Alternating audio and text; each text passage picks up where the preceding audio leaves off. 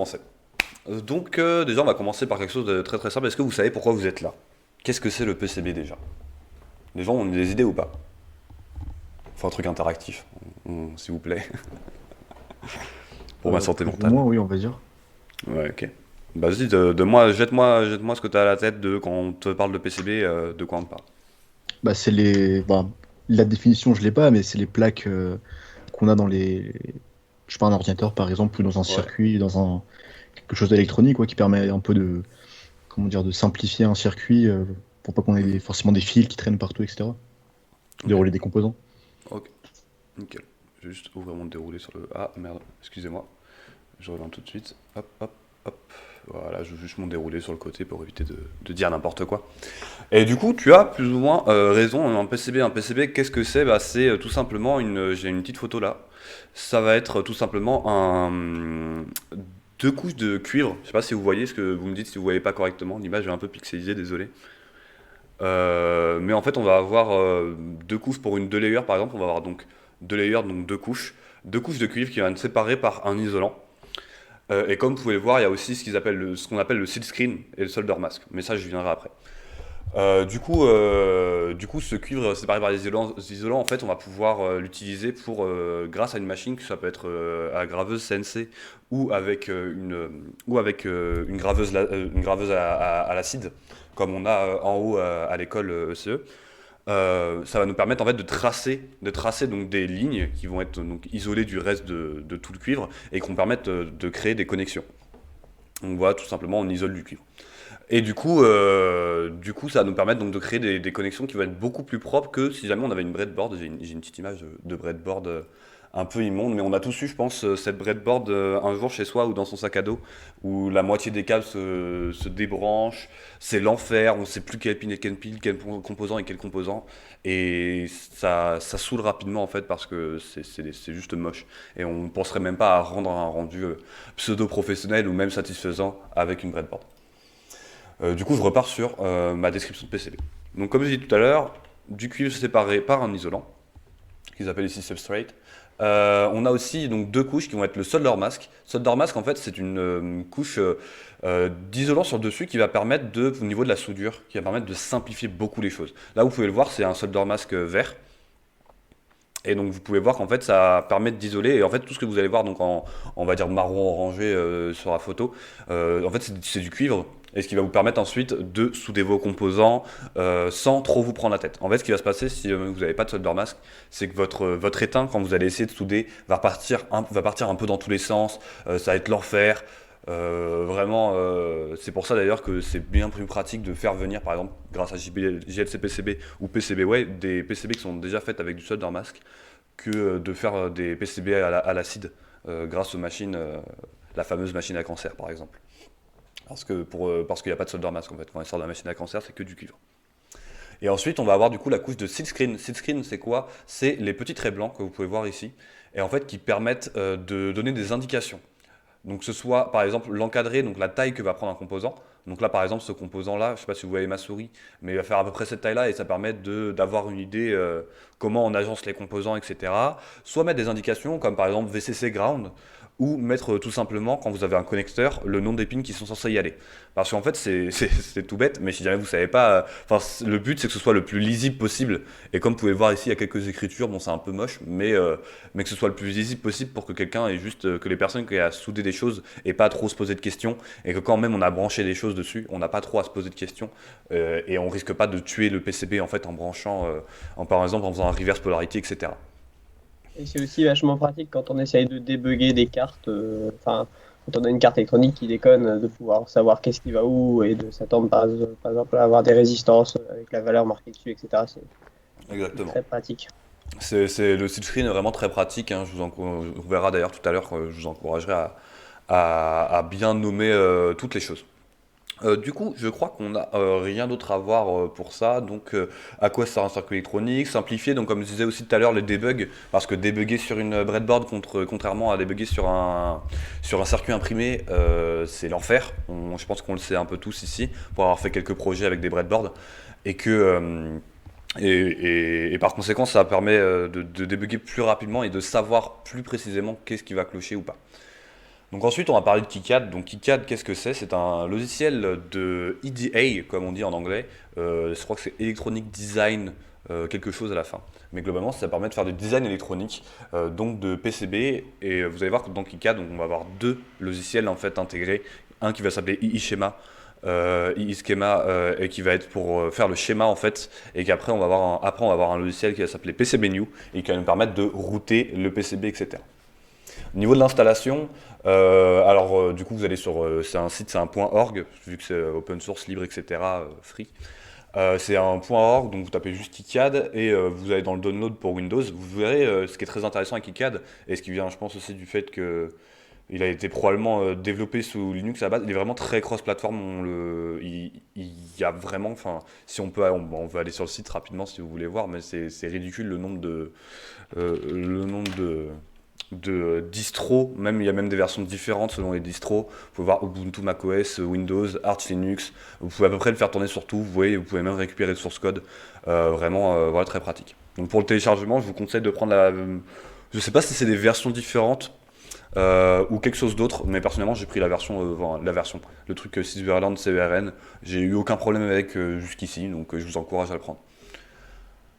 Donc maintenant revenons à KiCad. Il y a deux choses principales, deux choses très importantes à voir et vous allez voir, c'est pour ça que KiCad est un peu différent des autres logiciels de design, comme par exemple, on en parlait tout à l'heure, Ares, Proteus, oui Ares qui est donc le petit frère de Proteus, enfin un logiciel de Proteus, Altium, Eagle, que j'aime pas soit dit en passant, et ce genre de logiciel, en fait, KiCad va fonctionner avec des footprints et des symboles.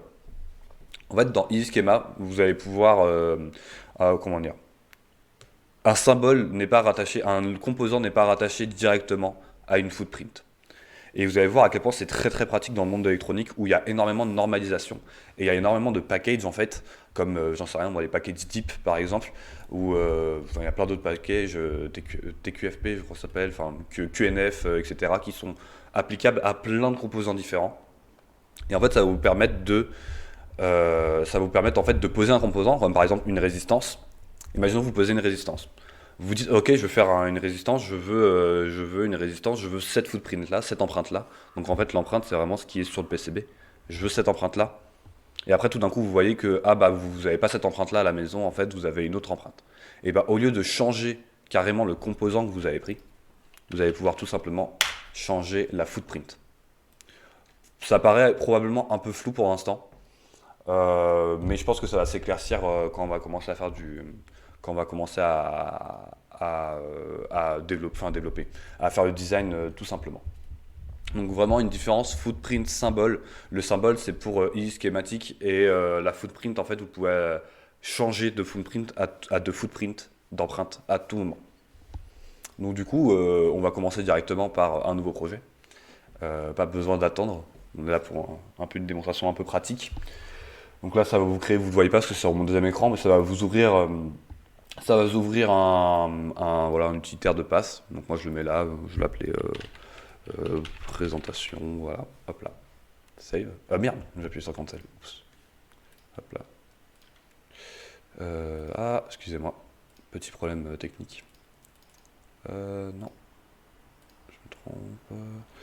Tac, formation KiCad. Présentation. Déjà, est-ce qu'on a des questions jusque-là?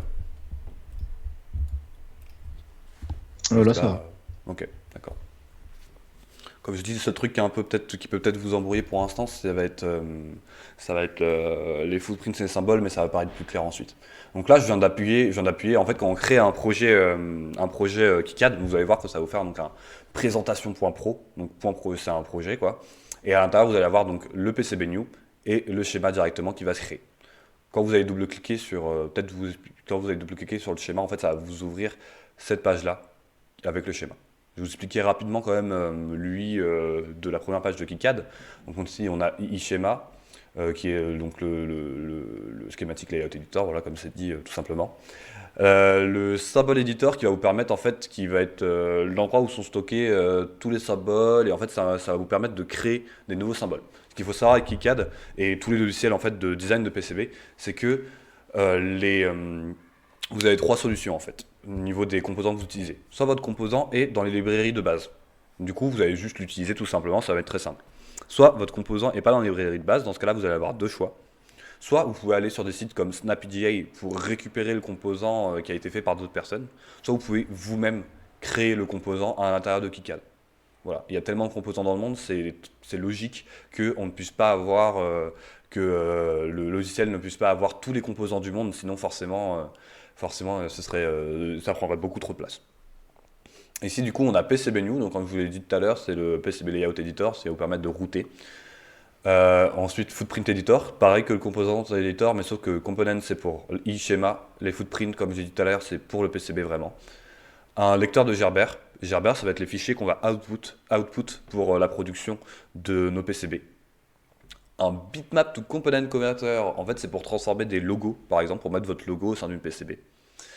Calculateur, donc ça va être un calculateur comme PCB Saturn, que je vous conseille d'utiliser, même s'il est très, on va dire, complet, paraît même un peu complexe sur les bords, mais PCB Saturn, vous allez voir, en fait, ça va être le même type de calculateur que celui-là. Le jour où il s'ouvre, voilà. Et en fait, c'est pas juste une calculatrice. Ah mince, l'accélération, c'est dégueulasse. C'est juste pas juste une calculatrice, en fait, il peut vous permettre de calculer, par exemple, la largeur de vos tracés, etc. Et donc, ça peut être important dans certains cas. Jusque-là, personnellement, j'ai jamais eu à le faire. Et ouais, vous allez voir, je vais vous donner on va dire des règles de base qui vont vous permettre pour des layouts relativement simples, pour un design relativement simple, de pas trop vous prendre la tête, quoi. Hop. Du coup, on va commencer tout de suite. Donc, on double-clique sur présentation.sch pour ouvrir le schéma. Ça va nous ouvrir cette page. Donc, cette page-là, c'est iSchema, comme vous pouvez le voir en haut à gauche, l'éditeur pour créer les schémas de KiCad. À gauche, vous allez avoir donc quelques petites choses on va dire d'utilitaire, donc millimètres. Si vous voulez mettre en inch ou en millimètres, ça dépend du pays dans lequel vous êtes. Plein de petites choses comme ça, la grid. Alors, je ne sais pas si vous pouvez voir, mais il y a des petits points. Et en fait, c'est une grid. Comme vous pouvez voir, en fait, le curseur va snap et va se déplacer d'une unité de cette grid à chaque fois. Ce qui permet en fait d'avoir un layout d'être un peu plus consistant dans le placement de ces composants. Vous pouvez donc la cacher, bien entendu, pour voilà, juste virer les petits points derrière. Vous pouvez normalement changer la grid. Alors, à moins que ce soit là-dedans. Alors, moi, je sais que j'aime pas trop rester dans cette grid-là, donc tac, tac, tac, tac, tac. Hop là, faut que je le trouve. Hop là, grid setting. Vous pouvez aller dans grid setting et vous pouvez voir que vous pouvez changer la valeur de votre grid en fait. Donc là, par exemple, pour vous déplacer de 100 mils, les trucs impériales, une unité anglaise, je crois, les mils. Voilà. Et donc en fait, vous pouvez changer donc pour être super précis. Vous voyez que les petits points sont vraiment très très précis ou pour avoir quelque chose de plus large. Voilà.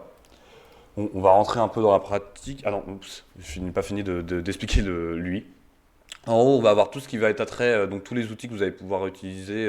Donc par exemple là, le même outil que tout à l'heure pour rentrer dans l'éditeur de symboles. Ici pour vérifier vos librairies.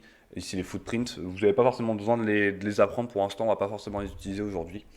Important, on va avoir en haut à gauche le page setting qui va vous permettre d'ouvrir. Hop là. Ça, et ce qui vous permet en fait de définir sur quelle page vous voulez travailler. Donc par exemple, vous pouvez changer la taille. La page, en fait, ce qu'ils appellent, ça va être le rectangle rouge. Voilà. Et donc vous pouvez changer la taille pour avoir plus ou moins grand. Vous voyez avoir des choses en US, changer plein de choses. Et vous pouvez surtout noter, vous pouvez voir qu'en bas à droite, là de la sheet, il n'y a absolument rien de marqué. Et donc là, on va pouvoir la remplir avec la date d'aujourd'hui, par exemple. Révision, donc imaginons que là ça va être la première révision, donc on peut mettre one. Title, donc là on va faire un montage ASTAB du NE755, donc là je peux noter par exemple NE555 ASTAB, voilà. Compagnie, comment, enfin vous comprenez que vous pouvez le remplir, pour en fait un peu donner à quelqu'un, le but en fait que ce soit propre pour que si quelqu'un d'autre regarde votre layout, en fait votre design, il comprenne à peu près ce qui se passe. Hop là. On a aussi un numéro de page, on verra tout à l'heure avec les hierarchical sheets à quoi ça correspond. Alors, du coup, le montage qu'on va faire aujourd'hui, ça va être un montage ASTAB de NE555. Pourquoi est-ce qu'on fait ça? Parce que c'est pas compliqué. tout simplement. Et que ça va nous permettre de voir à peu près tous les use cases dont on a besoin dans KiCad, en tout cas. Toutes les choses relativement simples et que moi j'utilise régulièrement. Donc je vais mettre, je vais mettre le montage sur la gauche pour pouvoir le voir pendant que je le fais devant vous. Du coup, on va commencer à attaquer. Alors, donc la grid, j'ai expliqué, setup page expliqué. On va maintenant passer aux shortcuts, parce qu'en fait, KiCad, une des grosses forces de KiCad, c'est contrairement à beaucoup de logiciels où les shortcuts sont un peu compliqués et font un peu aucun sens, c'est relativement très très simple. Vous allez voir qu'il y en a une petite dizaine à connaître, et après vous pourrez aller extrêmement vite. Le premier shortcut qu'on va avoir, ça va être A. A, c'est pour Add Component. Donc par exemple, imaginons que je veux ajouter une résistance, j'appuie sur A. Hop là, donc ça, c'est un petit problème parce que j'avais importé une librairie et que j'ai oublié de la supprimer. Et que j'appuie par exemple sur R. Enfin, je tape R, donc le mot-clé pour la résistance. Vous allez voir que donc, ça va m'amener une résistance. Voilà. On peut faire la même chose avec, je sais pas moi, un Atmega. Vous voyez là, Atmega 16AU. Et ça va permettre de mettre le composant sur la sheet. Hop. Si le composant est bien entendu contenu dans vos librairies. Ensuite, on va avoir donc rotate. Oups, je vais remettre ma petite résistance. Là, on a un petit historique de la part de KiCad, c'est très, très très sympathique. Petit historique des composants quand on appuie sur A. Donc on va avoir après A pour ajouter un objet. On va avoir par exemple M pour déplacer un objet. Donc là, j'appuie sur M dessus. La particularité de KiCad, c'est contrairement à certains logiciels où on appuie sur le raccourci et après on clique gauche, vous appuyez sur le raccourci. Par exemple, là, si je fais M ici, ça fait rien. Faut vraiment, genre, j'appuie sur. Si je fais M et que je reclique sur le composant, vous allez voir que ça va à peu près rien faire. Ça va me reproposer Add. Donc on appuie sur M pour déplacer le composant. Ensuite, on peut le rotationner avec R, sachant qu'on peut déplacer et faire des rotations. Voilà. On va avoir les symétries X et Y avec la touche X et Y. Donc là, comme c'est une résistance, ça se voit pas, mais il fait une rotation X. Hop là, je vais vous mettre un Atmega je vais vous remettre l'Atmega pour qu'on voit bien. Donc la rotation par exemple en X, la rotation en Y. Enfin la symétrie, pardon, pas la rotation. Ensuite, on va avoir G qui va permettre de drag. Et contrairement à Move, contrairement à la commande Move que l'on fait en appuyant sur le shortcut M, G, donc sur les composants, on va rien faire de spécial. Mais imaginons que je relie cette résistance à cet Atmega et que j'appuie sur G, vous allez voir que ça va me permettre en fait de déplacer tout le. Au lieu juste de déplacer le composant, parce que si j'appuie sur M, le composant part, ça va déplacer aussi la connexion, toute la connexion qui le concerne. On va avoir ensuite la touche V pour Edit Value. Par exemple, si je veux que la résistance fasse 12K, hop là. Et la touche E, très importante, pour Edit. Et là, on va tout avoir. On va avoir la value, footprint. Ces deux choses-là, vous ne les aurez pas. C'est particulier quand on fait de l'assemblage avec JLC PCB. Donc vous pouvez même intégrer les datasheets aux composants, etc. pour que ce soit encore plus clair si vous travaillez par exemple sur des très gros projets avec des personnes extérieures. Du coup, c'était les raccourcis. Vous allez voir, bon là je les ai passés un peu rapidement, mais vous allez voir, ça rentre rapidement dans la tête. Et je vous conseille vraiment de les utiliser. Il y a aussi ici, tiens, un autre raccourci très important, le label. Le raccourci du label, c'est un label en fait, c'est une connexion entre deux points. On verra ça plus en profondeur tout à l'heure. Donc je vais attaquer avec mon montage. Hop là, je mets mon N555. Hop là, j'appuie sur A. Je reclique pour me mettre dans le bon logiciel. J'appuie sur A, N555. Là, on voit qu'on a donc des amplificateurs par exemple, mais nous, ce qu'on veut, c'est plutôt le timer. Vous voyez que là, on a deux composants. On a le composant en deux packages distincts, donc SOIC ou DIP. Alors, SOIC, c'est un package SMD. SMD, ce sont des composants en surface, c'est-à-dire que les deux pads, les deux connecteurs vont être sur une seule face de votre PCB. Tandis que les composants en DIP, ça va faire partie des composants qu'on dit THT, donc Through Hole, et qui vont être comme les résistances que vous utilisez tous les jours dans votre kit de résistance à l'école.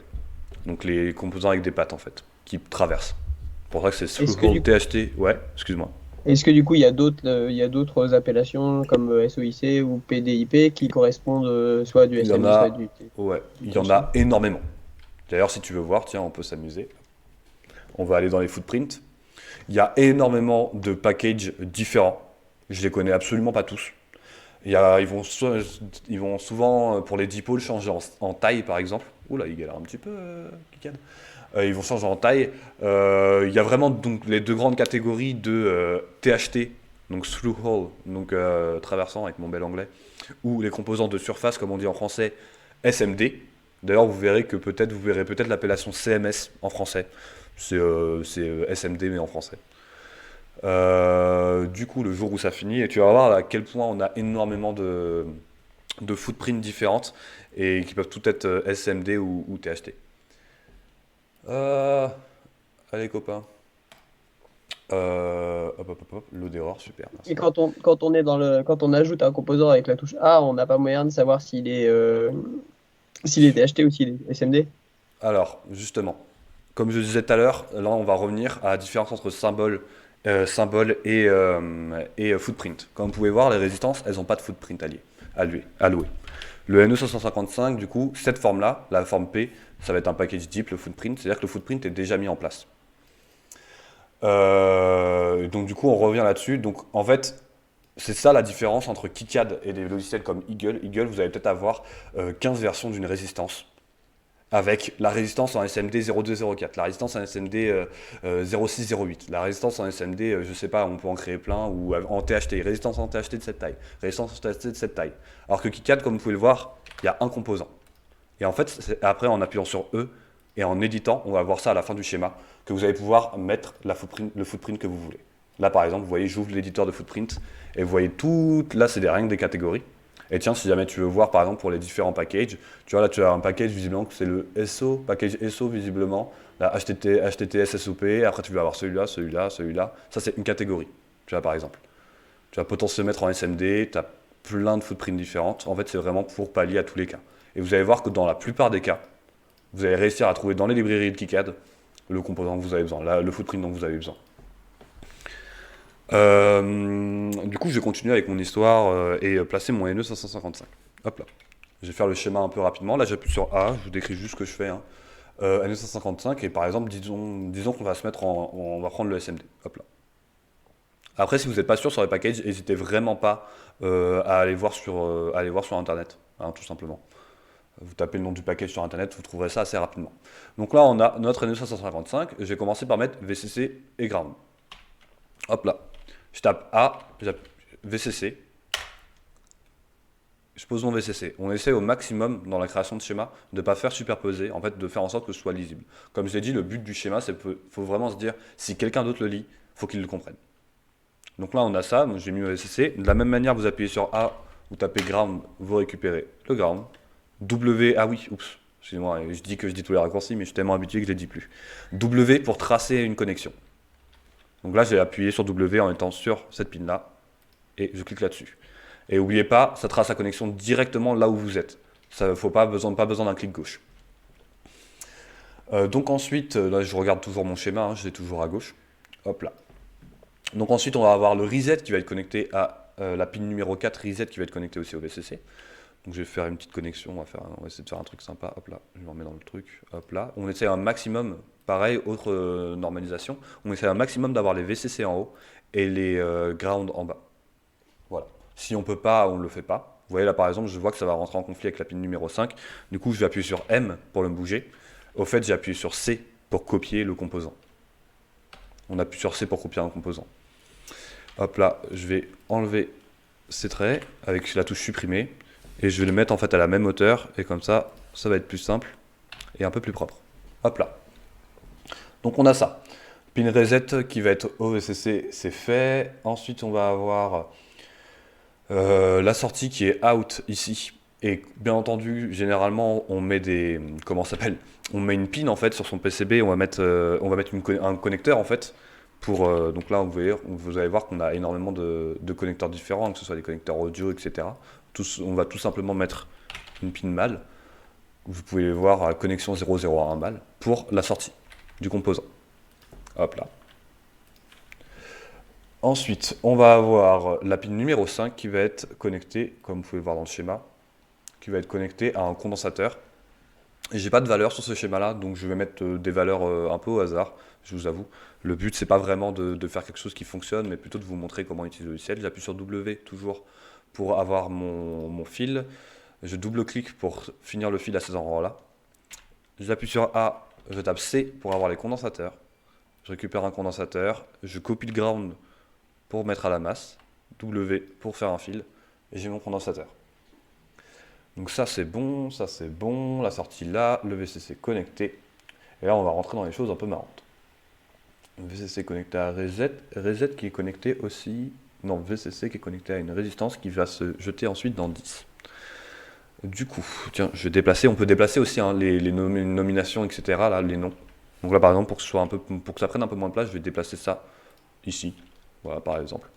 Je vais faire comme ce que je devais faire tout à l'heure, donc connecter à VCC une résistance, comme on peut le voir ici, RA, je viens de porter mon écran, excusez-moi, une résistance RA qui est connectée entre VCC et DIS, qui est à la pin numéro 7, pin numéro 7 qu'on peut voir ici, hop là.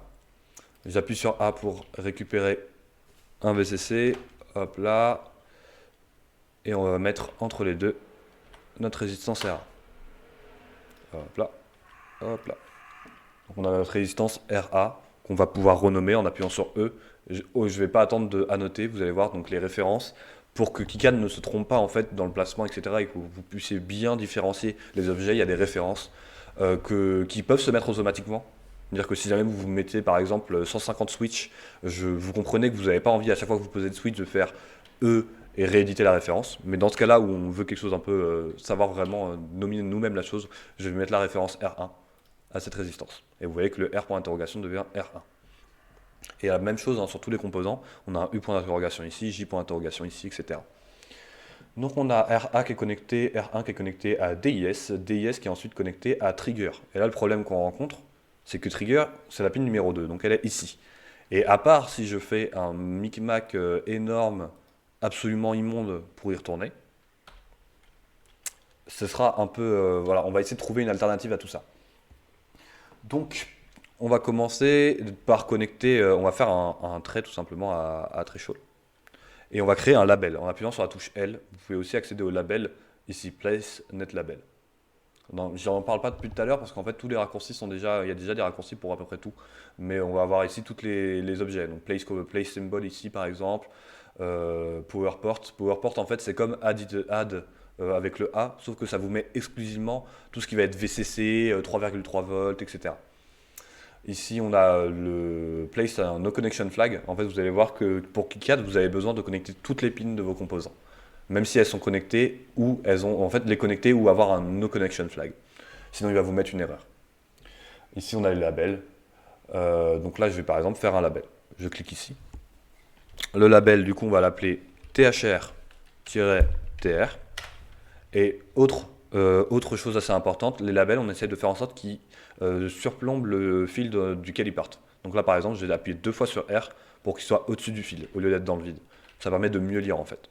Ça permet de se rendre compte un peu plus de loin, de bien savoir, ok, ça c'est connecté à ça. Et vu que c'est connecté de l'autre côté aussi, à TR, on va faire exactement la même chose. On appuie sur C pour copier le label. Là, il est comme ça me plaît pas. 2 fois R, et je le mets au bon endroit. Hop là, donc là, ces deux pins-là, vous allez voir que dans l'éditeur de PCB, elles seront connectées maintenant. Pas besoin de se prendre la tête avec. Du coup, maintenant, on a quasiment tout notre schéma. Il nous manque ces deux composants-là. Donc, on doit connecter DIS à Trigger. Donc, en fait, à Trigger ou Threshold via une résistance. Du coup, DIS, il est ici. Donc, on va mettre une résistance. Hop là. Petit c, on peut copier la résistance. Excusez-moi, tout à l'heure, en fait, comme je suis sur dual screen, il faut que je reclique sur KiCad pour que ça fonctionne. Donc, on va appuyer sur C pour copier la résistance. Vous voyez qu'automatiquement, il la met en référence, enfin en non référencé, on va dire. On va la mettre juste ici à 10, derrière DISH, comme on le voit ici, et on va connecter à threshold/trigger, qu'on peut voir ici, qui est représenté par le label. Donc on peut faire un W ici, je reclique, hop là, un W, pour connecter la résistance. Hop là. Et on va l'éditer pour mettre la référence R2. Hop là, on est bon. Ensuite, on peut voir dans le schéma, que je vais vous remontrer dans un instant, on peut voir dans le schéma qu'il y a un condensateur qui relie tout ce joyeux monde au ground. Donc on va le mettre. Donc là on continue, W, hop là je reclique, W, hop là, A, on appuie sur C pour avoir les condensateurs, donc c'est classico, hein, c'est C pour les condensateurs, R pour les résistances. C pour avoir un condensateur, on va copier un ground qui est pas loin, et on met le ground. Voilà. Maintenant, laissez-moi voir dans mon planning où on en est. Maintenant, donc on a fait le montage et il faut assigner des valeurs. Donc par exemple, aux résistances R1 ou R2, il faudra assigner des valeurs, au condensateur aussi. Du coup, on va utiliser la touche V, le shortcut V, en fait, pour sur la résistance, pour, hop là, je me remets dans le schéma, sur la résistance pour mettre une valeur. Donc on va remplacer R par exemple par 10K. Vous mettez là, c'est une valeur absolument arbitraire, vous mettez ce que vous voulez. On peut aussi appuyer sur E pour entrer dans le module éditer et mettre à la place de value, par exemple 15K. Ok. Ce qu'il faut savoir, c'est que là, ce que vous mettez les valeurs, vous n'êtes pas obligé de les respecter une fois que vous assemblez votre board. Elles sont uniquement là pour que, encore une fois, si quelqu'un d'autre ou même vous plus tard vous revenez, vous sachiez qu'est-ce qui doit être connecté comment et qu'est-ce qui doit avoir quelle valeur. Mais ça n'oblige absolument dans rien. Vous allez voir que les footprints ne sont absolument pas associés à des valeurs ou même à des composants. J'appuie sur V du coup pour le condensateur, on va le mettre à 2 U farad par exemple. Et l'autre, on va le mettre à 10 N farad. Hop là, voilà. Voilà, vraiment là j'ai mis un peu au hasard, on s'en fiche un peu. Alors, le montage est plus ou moins terminé. Je vais revérifier si. Là, c'est le moment où on va revérifier si on n'a pas d'erreur. Je vais faire hop là, un split screen. Comme ça, on va pouvoir chercher ensemble. Est-ce qu'il y a une erreur? Est-ce que quelqu'un voit une erreur? On va voir. Mhm. Tac.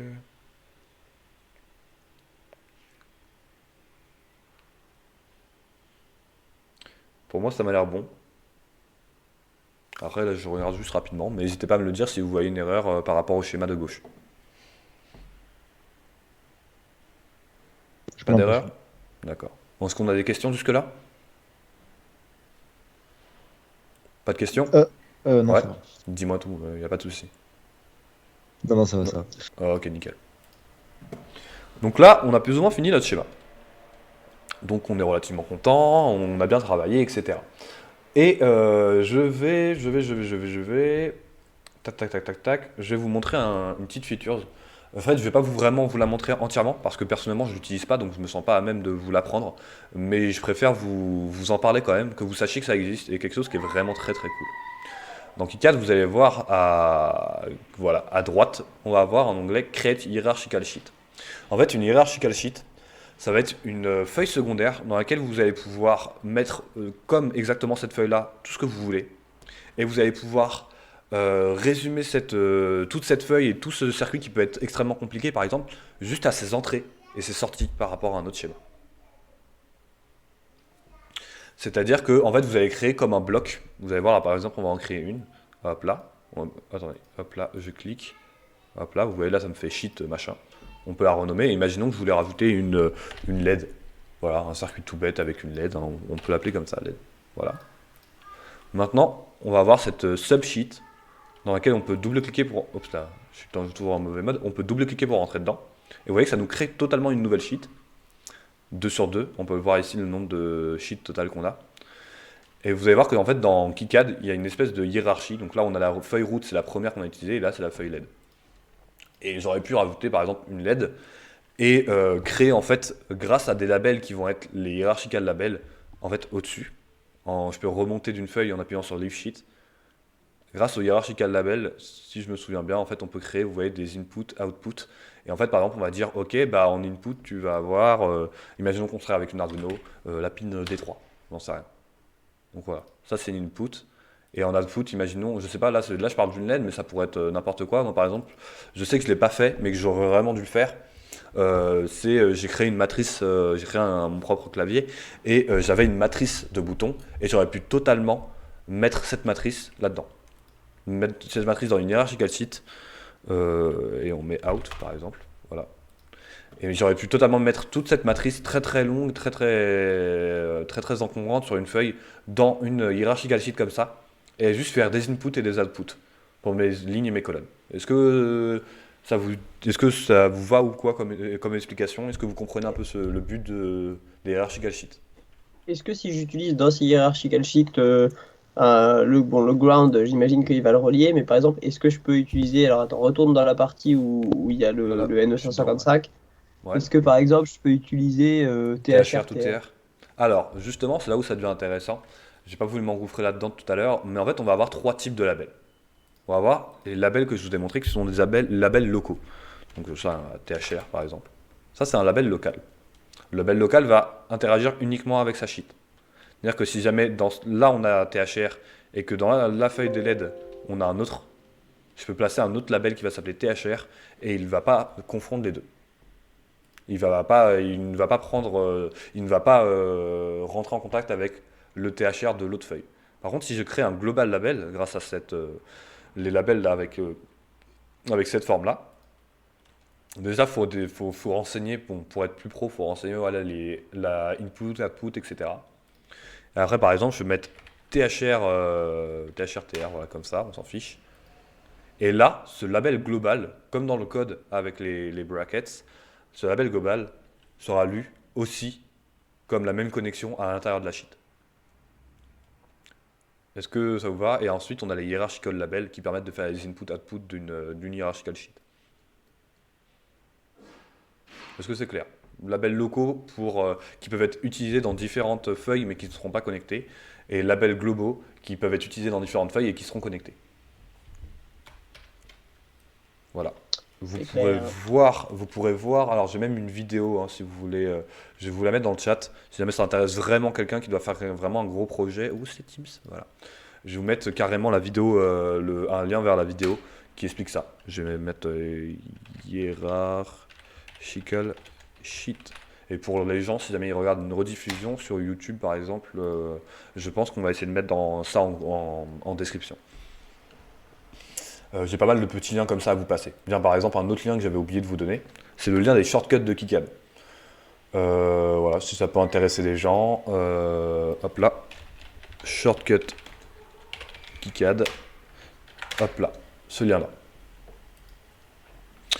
Donc revenons à nos moutons. Ici, on n'a absolument pas besoin d'une hierarchical sheet. Je voulais juste vous le dire pour que vous soyez au courant en fait que ça existe et que ça permet en fait de simplifier des grands schémas. Alors, en fait, c'est un peu aussi, ça peut faire un peu comme ça peut aussi être réutilisé. C'est-à-dire que je peux prendre la hierarchical sheet là par exemple que j'avais tout à l'heure, j'aurais pu la copier pour la mettre autre part dans le schéma.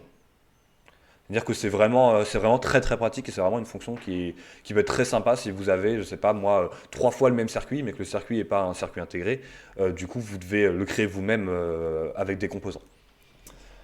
Comme par exemple, je sais pas moi, un full bridge rectifier ou ce genre de choses. Les hierarchical sheets, c'est expliqué. Ensuite, on va passer à une partie très sympathique qui va être la partie encadrée.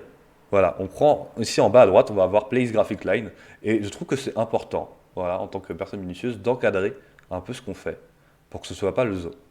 Voilà, là on n'a que un seul schéma, donc c'est vraiment très très simple, j'aurais pu le placer au milieu. Et vous allez voir qu'il y a peut-être des choses qui vont s'y ajouter. Et donc là souvent on va faire ça, on encadre grâce à ces polygones, et avec un texte on va expliquer qu'est-ce que c'est. Donc là par exemple je vais écrire NE555. Voilà, tout simplement. Mais ça peut avoir à peu près le nom que vous voulez. Vous pouvez agrandir bien entendu ces choses-là, toujours avec la même touche. Vous appuyez sur E dessus pour éditer. Vous pouvez par exemple la passer à 20 mm, c'est un peu beaucoup, à 2 mm. Voilà. J'aime bien les placer en bas à droite, vous faites comme vous voulez. Ça c'est l'histoire à vous de voir.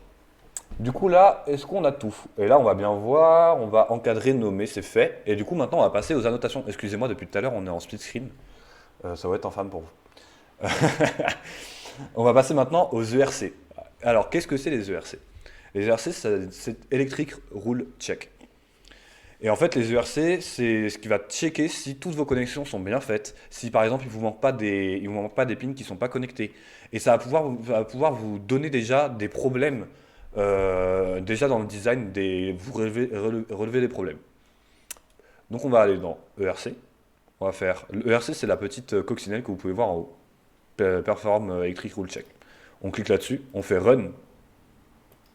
Hop là, Run. Donc là, visiblement, on n'a aucun problème.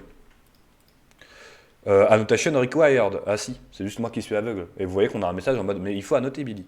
Tu vois, item not annoted, c'est pour interrogation. Du coup, là, on va aller sur le truc qui est à côté, juste à côté, le petit crayon avec une feuille blanche, annotate schematic symbol. Et en fait, ce qui est très pratique avec KiCad, c'est qu'il va faire toute la notation là, que je vous ai montré tout à l'heure, R1, R2, il va le faire automatiquement. Pas besoin de se prendre la tête. Use the entire schematic ou the current page only, parce qu'on peut le faire que sur une page ou toutes les pages, etc. La sort component en X ou en Y, je préfère le faire en Y, de gauche à droite, c'est plus logique, je trouve. C'est-à-dire qu'en fait, la résistance à gauche va être R1 par exemple, et la résistance à droite va être R2. Vous voyez, condensateur, en fait, il va passer de ces points d'interrogation, et de gauche à droite, il va nous les référencer. On peut faire keep existing annotation ou reset existing annotation, etc. Ça, je vous laisserai vous balader là-dedans quand vous en aurez besoin. Annotate, vous voyez, annotate 10NF as C2, 2F, hop, ça, comme ça, comme ça, comme ça. Il a tout annoté. Maintenant, on fait les ERC une deuxième fois. Et vous voyez, bim, j'ai une erreur. Et là, je suis en train de me dire, mais qu'est-ce qu'il me raconte? Donc, j'essaie de lire un peu l'erreur, de comprendre. Vous allez voir qu'il va y avoir une petite flèche verte là où il y a l'erreur. Et que quand vous cliquez sur l'erreur, le lien bleu, ça vous téléporte en fait là où il y a l'erreur. Ce qui peut être très pratique. Et il me dit pin connected to others but not driven by any pin. Elle essaie de réfléchir. Et je me dis, où est-ce qu'il y a un problème? Il y a un problème avec mon VCC et un problème avec mon ground, visiblement. Et là, on essaie de réfléchir un petit peu et on essaie de se rappeler, est-ce que en fait, on a défini qu'est-ce qui alimentait notre carte? Et non. On n'a absolument pas défini des pins qui devaient être connectés, par exemple, à deux connecteurs, comme là, le connecteur mâle pour la sortie, à deux connecteurs qui vont permettre d'alimenter tout ce schéma. Quand vous avez ce message-là, vous avez deux solutions. Soit vous travaillez par exemple sur un sous-schéma ou je sais pas, et vous avez vraiment pas envie de mettre ces pins-là maintenant, vous allez pouvoir utiliser des power flags. Les power flags, c'est juste pour enseigner, pour dire au logiciel, t'inquiète pas, c'est alimenté. Et donc en fait, vous allez placer les power flags avec VCC par exemple, et avec ground. Et vous allez voir que ça va faire disparaître notre... là, j'appuie sur C pour copier, et vous allez voir que ça va faire disparaître notre problème de RC. Hop là, W, je relis, je refais mes ERC, ERC, hop là, on n'a plus le problème. Mais ça veut dire que ça, on l'utilise, normalement, ça ne s'utilise pas. C'est-à-dire que normalement, qu'est-ce qu'on utilise? On va plutôt rester logique, on est dans le monde du réel actuellement avec les PCB, et en fait, on va connecter tout simplement à des pins qui, elles, vont être connectées, à l'extérieur. Donc moi, j'ai tout simplement utilisé un connecteur 1-2 mâle, 1x2 mâle, tout simple. Hop là, on va le mettre par là. Et on va peut-être déplacer ça pour que ce soit un peu plus joli comme ça. Hop là. Déplacer ça ici pour que ce soit un peu plus sympathique aussi. Voilà. Tiens, d'ailleurs, j'ai mal mis mon composant. Hop là. Là, vous voyez par exemple que j'ai fait une bêtise. J'appuie sur M pour déplacer le composant. Et ça a créé une espèce de double connexion bizarre. Donc, en fait, je dois juste appuyer sur Sub, supprimer la jonction, supprimer la ligne, mettre au bon endroit le composant pour que ce soit un peu uniformisé. Hein. Le but, comme j'ai dit, c'est que ce soit lisible par quelqu'un d'autre. Et là, vous voyez, donc on a cette partie-là qui va permettre d'alimenter. Et si jamais je fais la même chose, je run les DRC, il n'y a plus de problème si j'ai pas annoté. Parce qu'en fait, j'ai pas annoté ce bonhomme-là. Je refais mes annotations, annotate, voilà, run DRC, run. Hop, hop. Alors, tac, tac, tac, tac, tac, VCC ground. Ah, c'est marrant ça.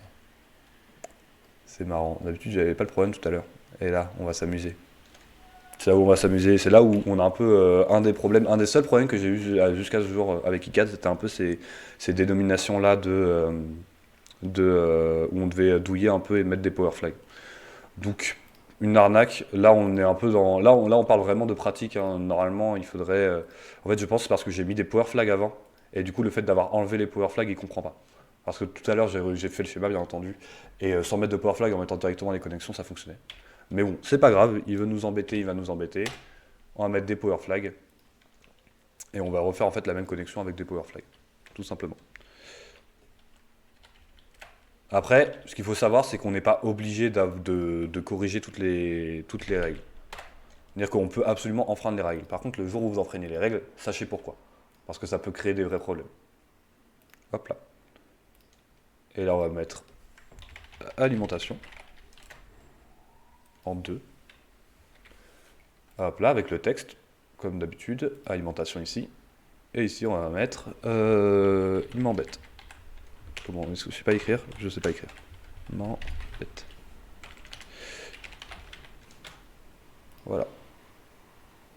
Hop là. Du coup, maintenant, on a notre schéma, on a bien quelque chose qui alimente, on a bien une sortie ici, et on a tout notre schéma qui est réalisé. Donc très bien, vous allez me dire, maintenant on va peut-être passer enfin à la partie intéressante. Et en fait non, pas encore. Pas encore. Parce qu'en fait on doit maintenant mettre les footprints sur nos composants. Du coup vous allez voir qu'on va avoir un outil qui peut être très pratique parce que soit on appuie sur E et à chaque fois on définit les footprints, etc. Et c'est un peu embêtant si on a plein de composants. Moi, ce que je vous conseille de faire, ça va être d'aller en haut dans Edit Symbol Fields.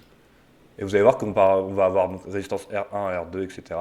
Et donc on va pouvoir mettre directement ici, rapidement, nos footprints. Du coup, on va dans l'éditeur de footprint pour choisir les footprints. On va avoir par exemple, ici je crois que c'est une résistance sur laquelle je travaille, donc on va aller chercher dans R Resistor, vous voyez on a deux bibliothèques, Resistor THT et Resistor SMD. Du coup là on va se dire on va faire peut-être plutôt du THT, vu que c'est un circuit assez simple et on va dire, imaginons qu'on le fait à la maison, quoi. Donc là vous voyez qu'on a toutes les footprints différentes de résistance. Donc on peut changer à tout moment hein, de footprint, vous allez voir que c'est pas un problème. Donc là je vais mettre par exemple, moi j'utilise cette footprint là personnellement en général pour mes résistances. Après je peux tout simplement faire CTRL-C, CTRL-V pour le mettre à la deuxième résistance. Maintenant je passe à mes condensateurs.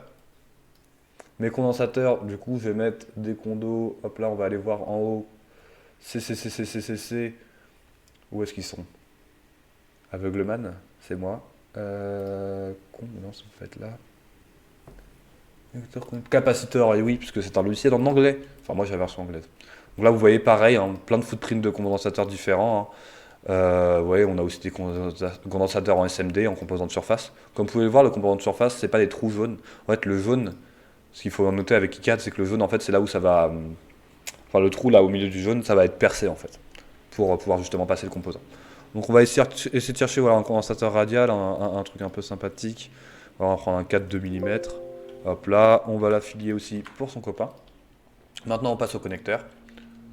Les connecteurs, alors, les connecteurs, on va avoir deux types de connecteurs qui vont être très utilisés. On va avoir les pins, donc là on peut voir exactement ici.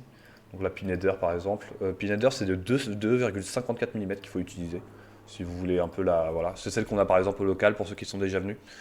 Donc là on a une version verticale ou une version horizontale pour les versions pliées des pins, pour ceux qu'on a déjà vu. Donc là je crois que c'est un seul, oui c'est le connecteur 1.1, donc il n'y a pas besoin de se prendre la tête. Et là on va avoir le connecteur 1.2. Et là vous voyez que c'est là où on va avoir un peu la versatilité de KiCad. Soit par exemple je peux mettre un 1 par 2, 2,54, donc un connecteur comme ça. Soit je peux me faire plaisir, on peut peut-être aller voir si on est des gens riches, vers les terminaux. Les terminaux, c'est les choses qu'on utilise avec des. Comment dire, ils sont vissables. C'est des dominos en fait, préinstallés. Donc je me dis, allez, pourquoi pas, on va mettre un terminal bloc. Voilà, ça va être sympa. Moi tout à l'heure, j'utilise un header, mais on s'en fiche, ça change pas grand chose. Du coup, maintenant, qu'est-ce qu'on a? On sauvegarde un petit coup, CTRL S hein, pour sauvegarder comme dans à peu près partout. Je regarde un peu, ERC, correction power flag pin, mettre des footprints. Alors on peut edit hein, comme j'ai dit à tout moment. Imaginons que vous faites une commande de GLC PCB, vous vous rendez compte, ah bah tiens en fait ils ont codé résisteur en SMD, on peut totalement appuyer sur E et modifier le footprint qu'on utilise. C'est ça qui est très pratique, comme j'ai dit, le symbole est vraiment différencié de la footprint dans KiCad. Maintenant on va passer au PCB. Et du coup pour ouvrir PCB New, le logiciel qui gère... Déjà non, avant qu'on passe au PCB, est-ce qu'on a des questions? Personne? Non, ça va. Nickel. Bon, on va continuer. Donc maintenant, on va passer sur PCB New. On peut run PCB New ici à partir de ça. Tout simplement, voilà, ça va ouvrir à partir de notre schéma PCB New qui se présente sous cette forme-là, un grand écran noir avec encore une fois la même fiche de présentation. On peut encore une fois faire les page settings, là, Rev 1, après ça c'est à vous de voir, hein, voilà, NE555, vous mettez ce que vous voulez, un classique. Encore une fois, on peut aussi, si vous avez besoin de plus d'espace, passer sur une A3 par exemple. Vous voyez que ça agrandit ma feuille. Ça dépend de l'espace dont vous avez besoin. On va rester sur une A4 pour rester... je vous conseille de souvent rester sur de l'A4 hein, pour rester normalisé, on va dire. Maintenant, dans le PCB, qu'est-ce qui est important à faire? Présentation rapide de l'user interface. Alors, on va avoir à droite, en fait ça va marcher à peu près pareil que eSchema, hein, c'est ça qui est pratique. Hein.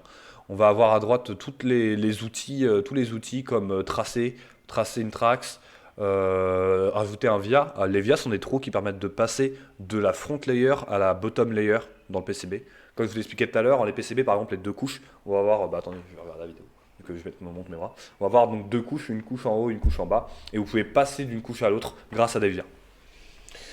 On va avoir quoi? On va avoir comme d'habitude en haut pareil la petite bug, sauf que cette fois c'est les design rule check. En fait c'est pareil que les ERC sauf que c'est pour le PCB et que c'est pas les mêmes critères bien entendu. Ici, on va avoir donc le bouton qui nous intéresse, Update PCB from Schematic, qui va vous permettre de rajouter, vous voyez, tous les condensateurs, etc., tous les composants. Vous voyez que là, je les ai rajoutés. Je vais les mettre en dehors de la fiche pour l'instant. Moi, je préfère prendre un peu mon temps comme ça. Donc, on va avoir ça. Ensuite, on va avoir les librairies de footprint. Ici, par exemple, Footprint Editor, hein, parce qu'on peut aussi créer ses propres footprints au même titre qu'on peut créer ses propres symboles dans KiCad. Mais ça, je vous enverrai une vidéo. Il y a pareil, j'ai un lien qui, je pense, expliquera ça mieux que moi. Pouf, pouf, pouf, pouf, pouf. Donc, chose importante, page setting, on a déjà fait, on a déjà setup notre page. Et on va maintenant passer au board setup. Et là, je vais vous montrer quelques petites arnaques. Board setup, c'est ici. Et c'est ici où on va setup ce qu'on avait vu tout à l'heure. Donc, déjà, le nombre de layers, par exemple, je peux passer à une 4 layers, à 6 layers. Vous voyez que ça change le nombre de layers qui sont disponibles au milieu.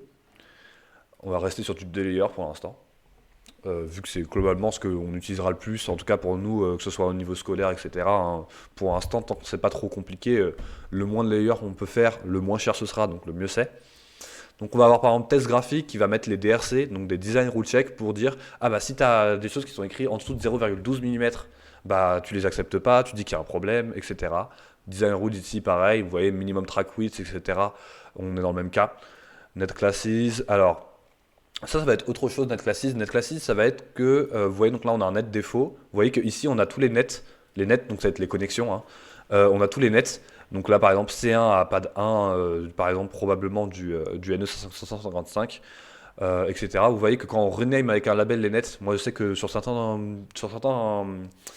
diagrammes un peu compliqués, je préfère rename le label des nets parce que ça me permet de les avoir en fait, de mettre le label dans les schémas, vous voyez par exemple comme THRTR, pour pouvoir bien voir dans mon PCB comment ça fonctionne.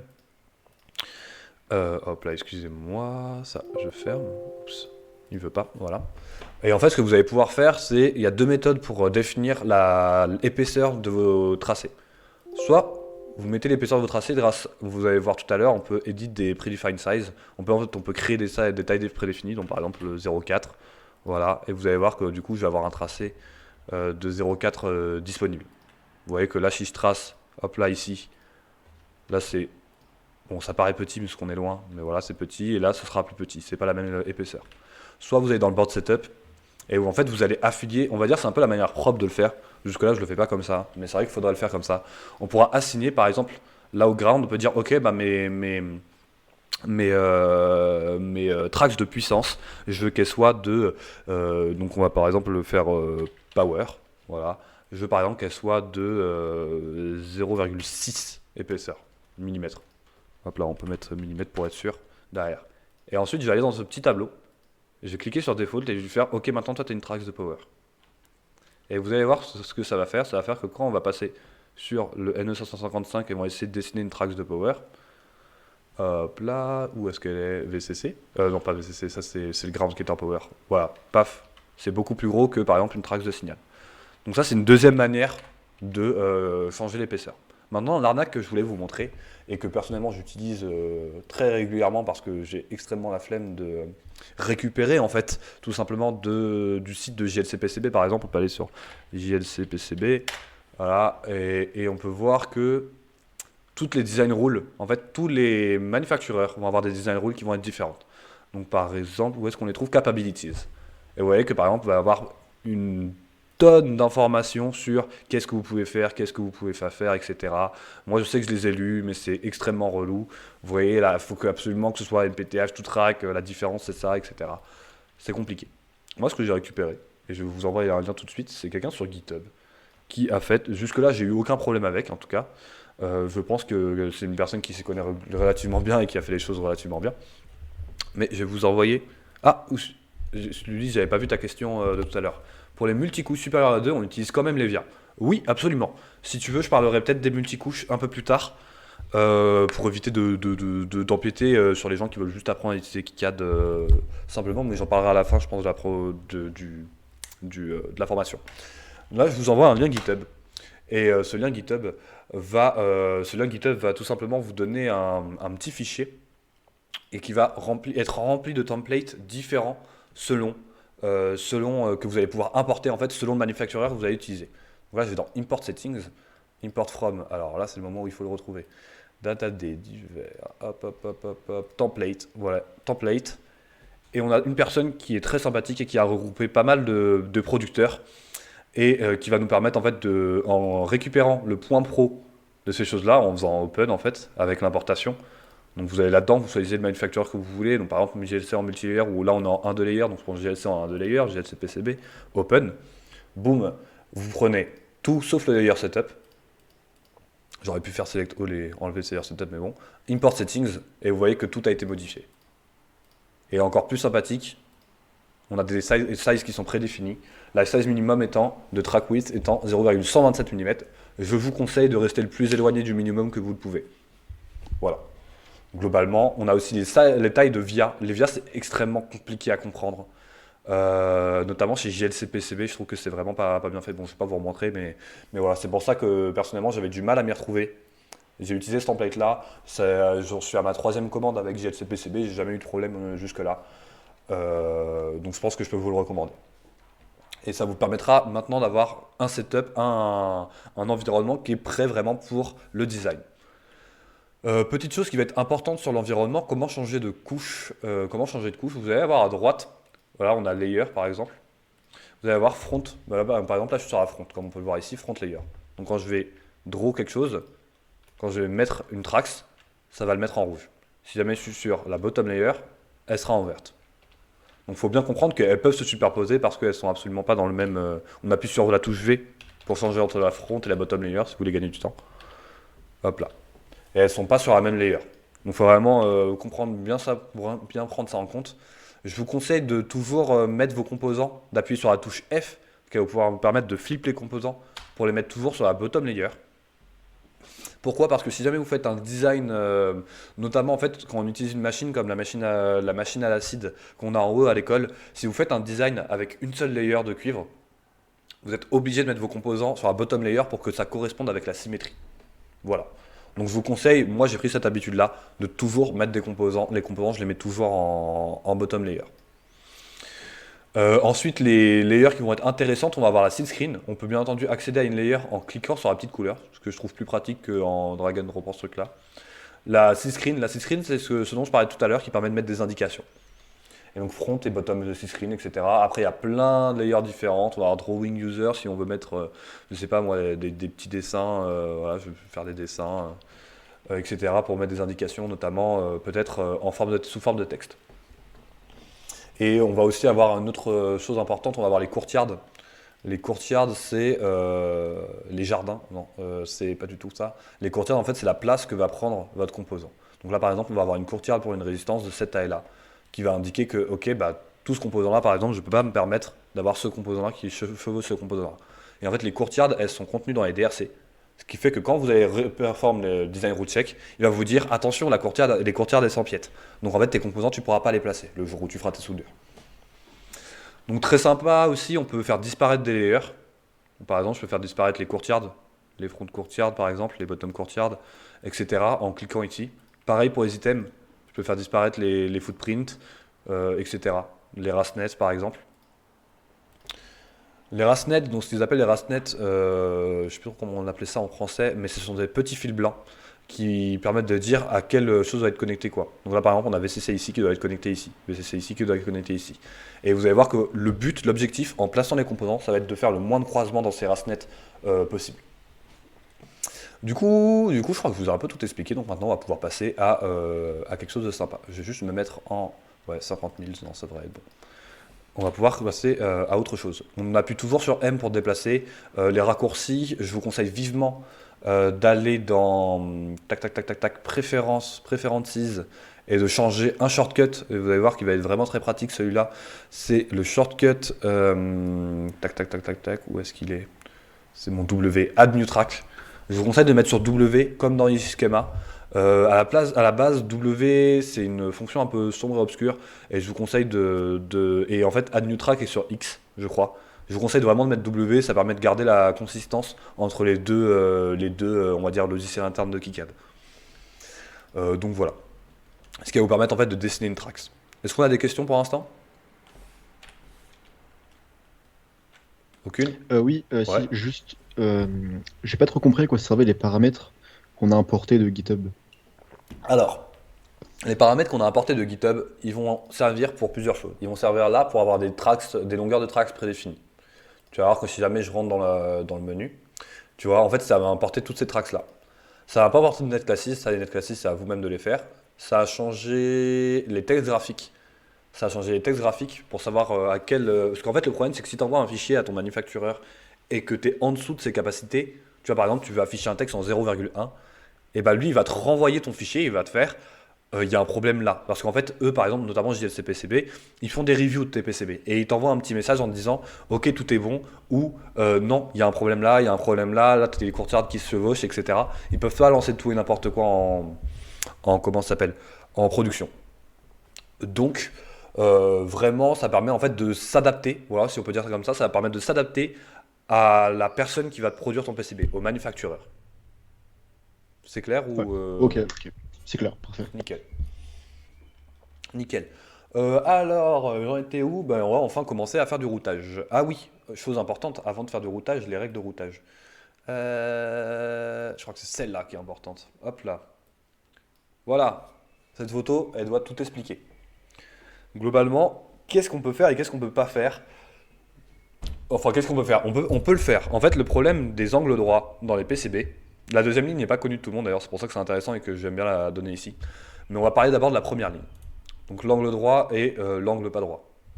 Pourquoi est-ce qu'on fait ce genre d'angle plutôt qu'un angle droit? Un angle droit va avoir tendance, il paraîtrait, c'est en tout cas une common knowledge, en gros c'est quelque chose que, un peu, qu'on explique vraiment à tout le monde. J'ai entendu quelque chose comme quoi ça accumulerait l'acide, parce que quand les PCB sont faits à l'acide par exemple, ça accumulerait l'acide et ça ferait qu'il pourrait y avoir des problèmes lors de la manufacturation.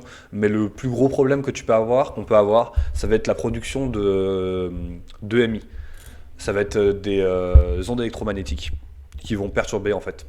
Donc électromagnétical, mince comment on dit. Enfin bref, des perturbations électromagnétiques. C'est pour ça qu'il faut ne jamais faire d'angle droit, il faut toujours faire des petits angles, trois angles comme ça. Et ensuite la deuxième ligne qui n'est pas connue de tout le monde, et qui est pour les mêmes raisons bizarrement. On ne fait pas quand on fait une connexion en T, on ne fait pas on fait un angle droit justement quand on fait une connexion en T. Ou une connexion en Y, comme je vais peut-être vous le montrer tout à l'heure. Alors, paf paf paf, c'était ce que je voulais montrer normalement. Hop là. Du coup maintenant, ah si, autre règle que j'avais oublié d'expliquer, celle-là je vais le faire sur Paint, ça ira plus vite. Je vais le faire sur Paint, on va mettre en gros. Ce qui va se passer, c'est que pour aussi protéger votre circuit des ondes électromagnétiques, il y a une règle, rule of thumb, comme ils disent les Anglais, avec mon accent incroyable, une règle qui va être que, là, imaginons que ce soit une Trax avec une largeur grand L, je sais pas écrire, grand L, là, et que c'est une Trax qui transporte du signal, pour éviter ce qu'on appelle le crosstalk. Donc le crosstalk, qui est à peu près la même chose que les EMI en fait, hein. Le crosstalk, c'est des perturbations qui vont faire que une Trax qui va comporter du signal, donc du 0 ou du 5 volts par exemple, imaginons qu'on soit sur un circuit 0,5 volts, le vrai problème qu'on va avoir avec ça, c'est si jamais elle est trop proche de par exemple l'alimentation qui fait du 50 volts, 20 ampères, et bah forcément, va y avoir des perturbations en fait. C'est-à-dire que la grosse Trax, elle va rayonner, on dit qu'elle va rayonner un peu autour. Et donc imaginons qu'on ait une autre Trax ici, et bah cette Trax là, si jamais elle doit transporter un 0, et bah elle va avoir 0, par exemple, je sais pas moi, 0,01 volts à l'intérieur d'elle à cause de la perturbation électromagnétique, et du coup ce qui va la faire passer à 1 au lieu de 0. Et je pense que vous comprenez bien que en logique, avoir des 1 qui se transforment, des 0 qui se transforment en 1, ça peut poser des gros problèmes. Et du coup, une règle qui est souvent utilisée pour éviter ce genre de problème, donnant une largeur grand L à une Trax, on va faire en sorte d'avoir une distance qui est égale à 3 grand L entre deux Trax. En tout cas, entre deux Trax qui contiennent du signal. Après, c'est une règle où on peut l'enfreindre, hein, si jamais vraiment c'est des choses qui sont pas importantes, etc. Mais je vous conseille de la suivre. Ça permet vraiment d'éviter des mauvaises surprises. Surtout que le crosstalk, enfin, ça va vraiment la rage. Ça met vraiment la rage du fait que bah, vous avez tout votre schéma, il est bon, mais c'est juste que vous avez mis des choses trop près, du coup, bah, ça marche pas. Et des fois ça marche, et des fois ça marche pas. Surtout que les ondes électromagnétiques, on sait tous ici que ça pose des problèmes, enfin, ça fait vite péter des câbles. Du coup, on va attaquer le design de notre board. Je vais me remettre sur le bottom layer, la bottom layer. Donc là, on a tous nos composants. Et tiens, je viens de remarquer un truc, tous mes composants, c'est des THT, et j'ai un composant là qui est un SMD. Et du coup, c'est un peu bête. Autant mettre que des composants THT, et comme ça, moi, je les achète chez RS Component, par exemple, et je peux tout souder directement. Et du coup, là, imaginons qu'on ne savait pas quel composant c'était, on va faire, où est KiCad? KiCad est là. Je me mets en dual screen hein, pour que vous puissiez voir, mais c'est vraiment pratique de faire du design avec un... Enfin, justement, je me mets en split screen pour que vous puissiez voir, mais c'est vraiment pratique d'avoir un dual screen quand on fait ce genre de design. Alors que vous allez voir quelque chose d'incroyable, c'est que quand on clique sur un composant dans PCBnew, il nous le highlight dans le schématique. Pareil pour les pads. Si jamais je clique par exemple sur ce pad là, hop là, il va me mettre sur ce pad là, ce pad là, ce pad là, ce pad là, ce pad là, etc. Donc c'est vraiment super pratique. Et donc du coup là je suis en train de me dire, ok, imaginons que là j'avais plein de composants, je sais pas c'est lequel, j'ai pas envie de me prendre la tête, ok c'est celui-là. Ensuite je vais dans, là le problème c'est que je viens d'ouvrir l'éditeur dans, voilà, dans le mauvais truc. Je vais dans PCB, dans eSchema, j'appuie sur E, je change le paquet. Et vous allez me dire, mais Grégoire, comment est-ce qu'on sait quel paquet mettre? Et du coup là vous comptez le nombre de pins, vous savez que le composant il existe en DIP, vous savez que le composant il existe en format DIP, et du coup on va tout simplement aller dans Package, Package DIP, est-ce que je suis aveugle? Non, il est là. Ok, il y a 8 pins, du coup je vais prendre un DIP 8, c'est pas le bon, c'est pas le bon, c'est pas le bon, il n'y a pas la 7ème pin, ça m'a l'air d'être pas mal.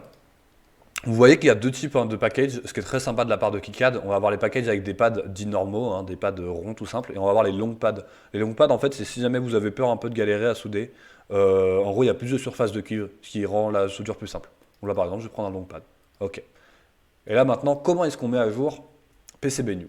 Et bien, tout simplement, on va faire Update PCB, Reassociate Footprint by References, Update PCB. Et voilà.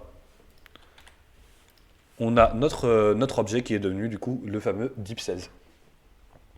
Du coup, maintenant, on va passer au layout. Comment on va se la gérer? Alors, le layout, souvent, on met les gros composants. Hein. Donc, par exemple, un microcontrôleur, etc. On va essayer de les mettre au milieu. Là, ça m'a l'air pas mal. On va mettre ça comme ça. C'est vraiment au feeling. Hein, malheureusement, c'est un peu au feeling le, euh, le placement des composants. Mais le but, comme j'ai dit tout à l'heure, c'est d'avoir le moins possible de airwire qui se crasse, croise. Pardon. Ouais, par exemple, ça se croise, c'est pas bon. Donc, par exemple, ça se croise, c'est pas bon. Je vais prendre celui-là, je vais faire OK. Je vais essayer de le mettre comme ça, par exemple. Vous voyez, comme ça rend la chose plus simple. Ensuite, on a pareil ici avec les condensateurs. Alors, je vais dire un peu ce que j'utilise comme touche. On peut utiliser Shift pour sélectionner un deuxième objet. Et par exemple, appuyer sur M ensuite pour les déplacer. On ne peut pas copier d'objets, on ne peut pas copier-coller vu que c'est Subdate par rapport à eSchema. On appuie sur E toujours pour avoir l'éditeur. Donc là, par exemple, j'appuie sur E pour éditer mon objet. Vous voyez qu'on peut éditer énormément de choses. On peut même éditer la représentation 3D de l'objet. Il y a pas mal de petites choses comme ça qu'on peut éditer. On peut lock la footprint pour éviter qu'elle se déplace. Il y a vraiment plein de choses qu'on peut toucher là-dedans qui sont très sympathiques. On peut rendre visible aussi ou invisible, par exemple. Imaginons, hop, tiens, ça m'énerve d'avoir ça.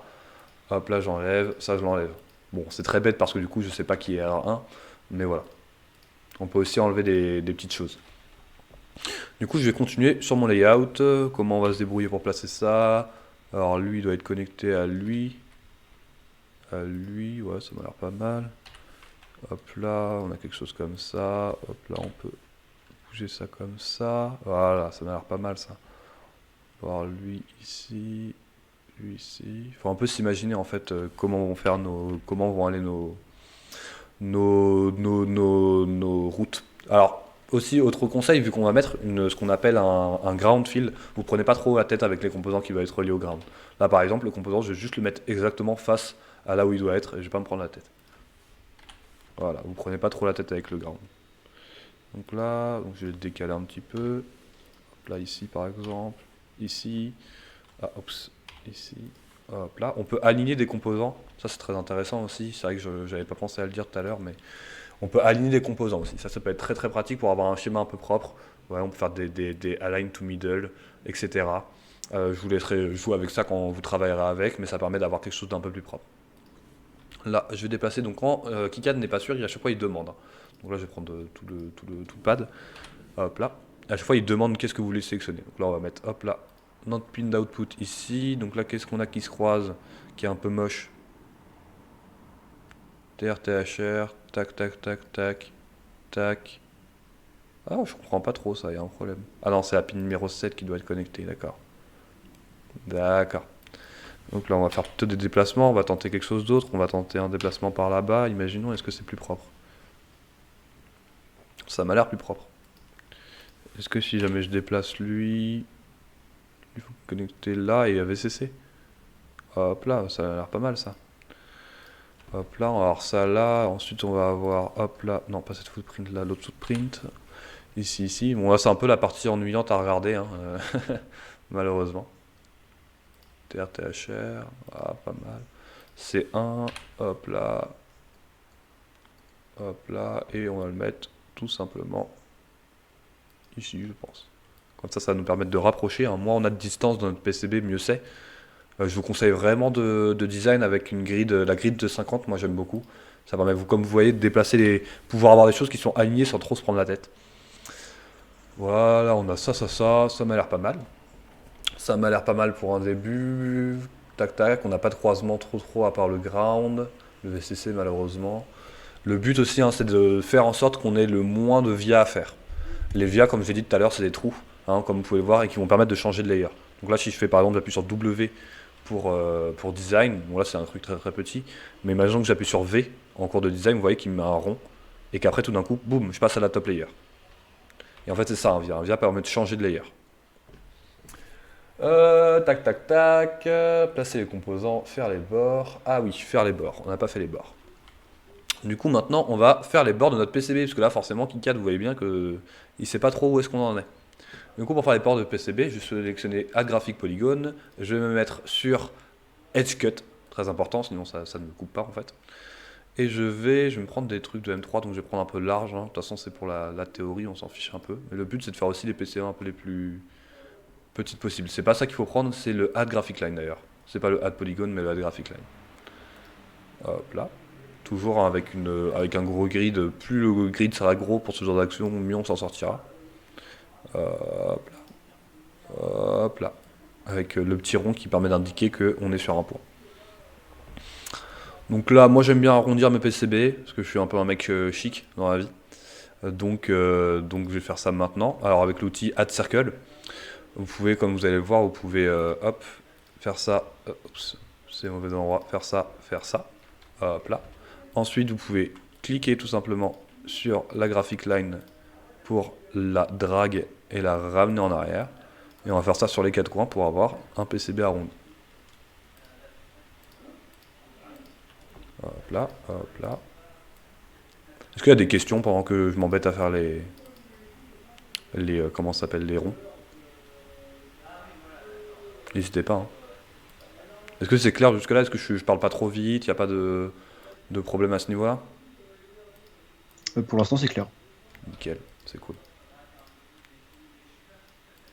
Hop là, graphic line. La diffusion, elle sera bien entendu. En tout cas, on va essayer de faire un maximum pour qu'elle soit retrouvable sur YouTube. Ça vous permettra, le jour où vous aurez vraiment à faire votre PCB, comme c'est ça obligé, hein, vous ne pouvez pas tout retenir de ce que j'ai dit, hein, vous pourrez revoir les moments de la vidéo qui vous intéressent, ce sera cool.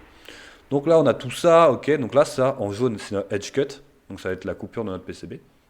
Maintenant, on va passer au routage. Donc je me mets sur la bottom layer, comme je dis tout à l'heure, je préfère moi toujours être sur la bottom layer. Après, moi, ce que je conseille, je travaillerais bien là, par exemple sur du 0,6-0,8. Plus les tracks sont grosses, moins de problèmes avec l'impédance, etc. Donc vraiment, je vous conseille de travailler avec des grosses tracks. Là, je vais me mettre en 0,8 mm. Hop là. Comme j'ai dit tout à l'heure, hein, il y a deux façons de le faire, hein, soit avec le net classes, soit avec les tailles directement. Donc là, je sélectionne le 0,8 mm pour les tracks. Alors oui, pourquoi est-ce que je fais ça? Pourquoi est-ce que j'utilise deux tailles? J'ai utilisé deux tailles parce qu'en fait, je vais tracer les tracks de power avec... En fait, dans le PCB, on différencie vraiment énormément la puissance, le circuit de puissance avec le circuit de signal. Et rien que le fait sur le PCB, quand vous recevrez, d'avoir des grosses tracks pour la puissance et des petites tracks pour le signal, ça vous aidera aussi pour le débugage, encore une fois.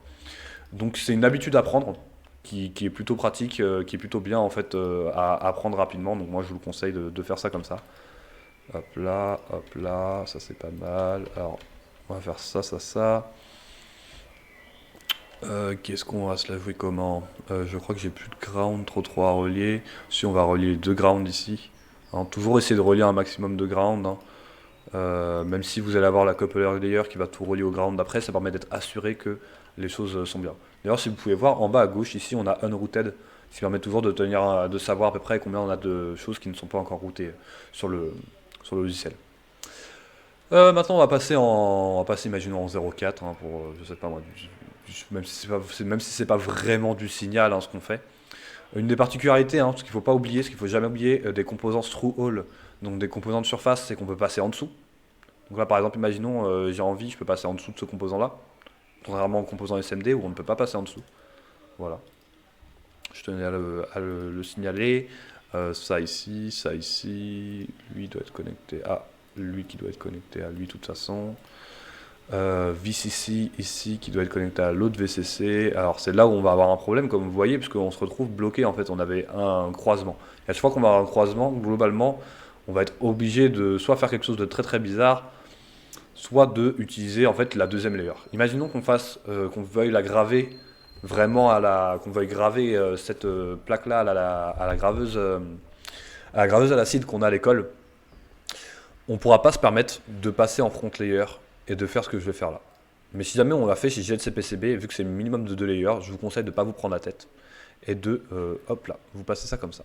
Et maintenant, on a un petit problème, une autre règle en PCB que j'avais oublié de dénoncer plus tôt. On a un petit problème ici, c'est que vous voyez, on a 2 tracks qui vont superposer. Alors, c'est pas vraiment un problème parce qu'elles ne sont pas sur la même layer. Vous voyez que si jamais j'appuie sur V pour changer de layer, c'est pas un problème.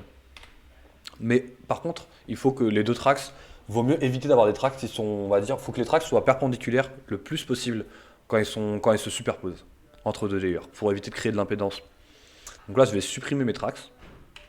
Voilà, ici. Je vais me remettre en 0,4, je crois que j'étais. Et je vais essayer de faire en sorte que cette trax-là croise perpendiculairement l'autre trax. Donc tac, tac, voilà, tac, tac, tac. Voilà. Ça vous va ? Outil très très utile dans KiCad, on va avoir le D et en tout cas moi j'utilise D, je crois que c'est drag qui vous permet en fait de décaler un petit peu votre routage sans faire péter un câble sans que ça change tout en fait. Donc ça vous permet par exemple, imaginons que là je voulais rajouter un angle au lieu d'aller tout droit, je pourrais faire ça sans problème. Vous voyez ? Les angles, ça, petite exception, les angles sont permis dans les pads, bien entendu. On s'en fout dans les pads. Que ce soit un pad SMD ou un pad THT comme on peut le voir ici. Donc vous prenez pas trop la tête à faire un zigouigoui qui tourne autour du pad. Donc là, comme on peut le voir en bas, normalement, on en a qu'un seul qui n'est pas routé, et c'est ce ground là, qu'on va connecter tout de suite. Hop là, 0,8, hop là, W, pour router. W, mais c'est le truc route tracks, comme je l'ai dit, il faut que vous changez un peu les shortcuts de PCB New, qui sont pas incroyables dès le début. Et donc là, on est plutôt content, on a notre routage, ça a l'air sympa. Du coup, maintenant, on va passer à ce qu'on appelle les ground fields. Oups, il y a un problème ici, comme on peut le voir. Il faut que, hop là, je le ramène ici. Parce qu'en fait, il faut que les bords soient bien fermés. Si les bords ne sont pas fermés, vous allez voir qu'il va y avoir des problèmes au design rule check. Donc maintenant, on passe au ground field. Du coup, ça va créer un rectangle en fait. Qu'est-ce que c'est En fait, on va faire un remplissage. En fait, on va remplir les zones on va remplir la zone de cuivre en fait. C'est-à-dire que là, en fait, dans la configuration qu'on a actuellement, toute la board est vide et il n'y a que du tracé, il n'y a que du cuivre là où il y a des tracés verts. Et c'est pas forcément le mieux. Pour éviter les perturbations électromagnétiques, etc., on préfère avoir du ground partout et isoler un petit peu les tracés. Mais on fait ça grâce au field zone. Donc là, je clique sur l'outil field zone. Là, je suis sur la bottom layer, donc on va mettre une sur la bottom layer. Je vais faire, hop là, c'est du ground. Je vais bien expliquer que c'est du ground. Ici, on peut quelque chose de très important, c'est la clearance.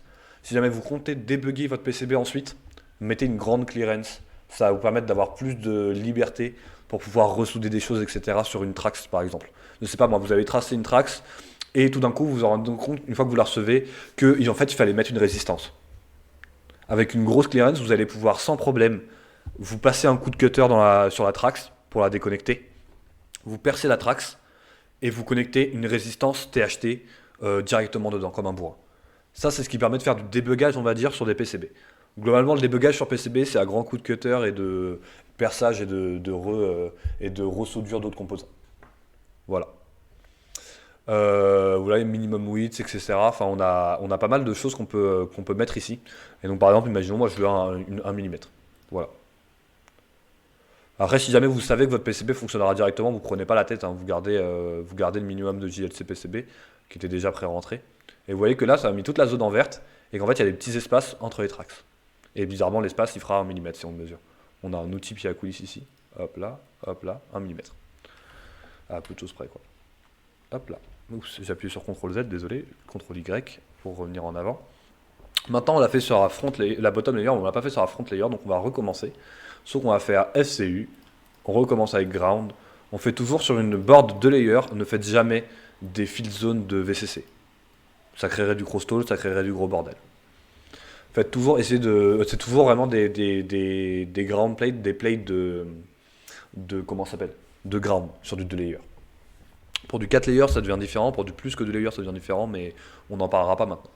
Donc là, je sauvegarde ma pièce et on peut passer, je vérifie si j'ai bien tout fait, mais on peut passer au DRC par exemple. On va voir si tout va bien. Run DRC. Hop. Et là, on voit qu'il n'y a pas de problème. On n'a aucun problème. On n'a absolument aucun problème sur notre DRC. Sinon, il aurait fait comme dans EE Schematic. En fait, il aurait mis une petite flèche, mais cette fois-ci rouge, pour indiquer où est-ce qu'il y aurait eu un problème. Donc par exemple, j'en sais rien, moi, imaginons que je supprime cette axe. Je rerun le DRC. Hop là, il refill pour la zone. Je rerun le DRC, unconnected item. Hop là, et si jamais on zoome un petit peu, hop là, et vous voyez qu'il me met directement sur ce VCC là. CTRL B, très important, hein, on ne peut pas design avec les ground plates activées. Donc CTRL B pour les vider, B pour les remettre. Voilà, donc CTRL B pour redesign dessus. Je me mets en bottom, je me mets en 0.8, W pour tracer, je trace. Voilà, j'appuie sur B pour remplir, sauvegarder. Les DRC sont faites. Maintenant, on a quasiment fini. Mais ce qui va passer, on va aller dans View, parce qu'il y a un 3D Viewer dans KiCad qui est assez cool. Et vous voyez que là, on a notre petit PCB, tout gentil, tout mignon. Là, bizarrement, il n'y a pas de modèle 3D. Vous pouvez en créer un sur Fusion, etc. KiCad va prendre des points step, ce qui est un format relativement lu par tous les logiciels de modélisation 3D. C'est juste que là, ils n'avaient pas fait 3D modèle pour ce truc-là, donc il n'y en a pas. Donc vous inquiétez pas, c'est complètement normal. Ah si, chose très très importante, et là c'est au moment où on voit que, mais où est-ce que j'ai pas mis d'indication. Ça, J1 il correspond à quoi? Il correspond à quoi par exemple? Et J1 je sais pas. J1 je sais pas à quoi il correspond, la première pin de mon composant elle correspond à quoi? Où est-ce qu'elle est? Je sais pas. Et du coup maintenant on va passer au pimpage de board. Donc on va se mettre en bottom screen, ici, B6S, et vous allez commencer à écrire des petites choses sur votre PCB magnifique. Donc par exemple on va écrire, hop là, on peut mettre VCC. Hop là, ici, on va mettre VCC, qu'on peut mettre comme ça, par exemple. Et ici, on va mettre ground, par exemple. Pour bien indiquer, eh bah écoute, bonhomme, tu vois, tu mets VCC ici, tu mets ground ici. Ensuite, ici, on va indiquer... Qu'est-ce qu'on indique? En fait, toutes les inputs et outputs de votre board doivent être indiqués. Voilà. Ne vous prenez pas trop la tête pour le style screen. Ne vous prenez pas trop la tête pour le style screen, ça ne pose aucun problème à être sur une trax, etc. Voilà, c'est pas un problème. Parce qu'en fait, il est posé après tout le routage. Enfin, toute la gravure. On a ça qui est important, et autre chose qui est important, alors c'est pas important vraiment pour ça, mais je vous demande de prendre l'habitude de le faire, c'est de renseigner la première pin de votre composant. Là, la première pin, dans KiCad et dans beaucoup de logiciels, est référencée par un pad carré à la place du pad ovale. Donc ça suffirait, mais moi j'aime bien rajouter à côté, je vais me mettre en petit, un grid petit, et j'aime bien rajouter un petit rond à côté. Pour m'assurer que le jour où je connecte mon composant, je vois le petit rond, je mets la première pin ici.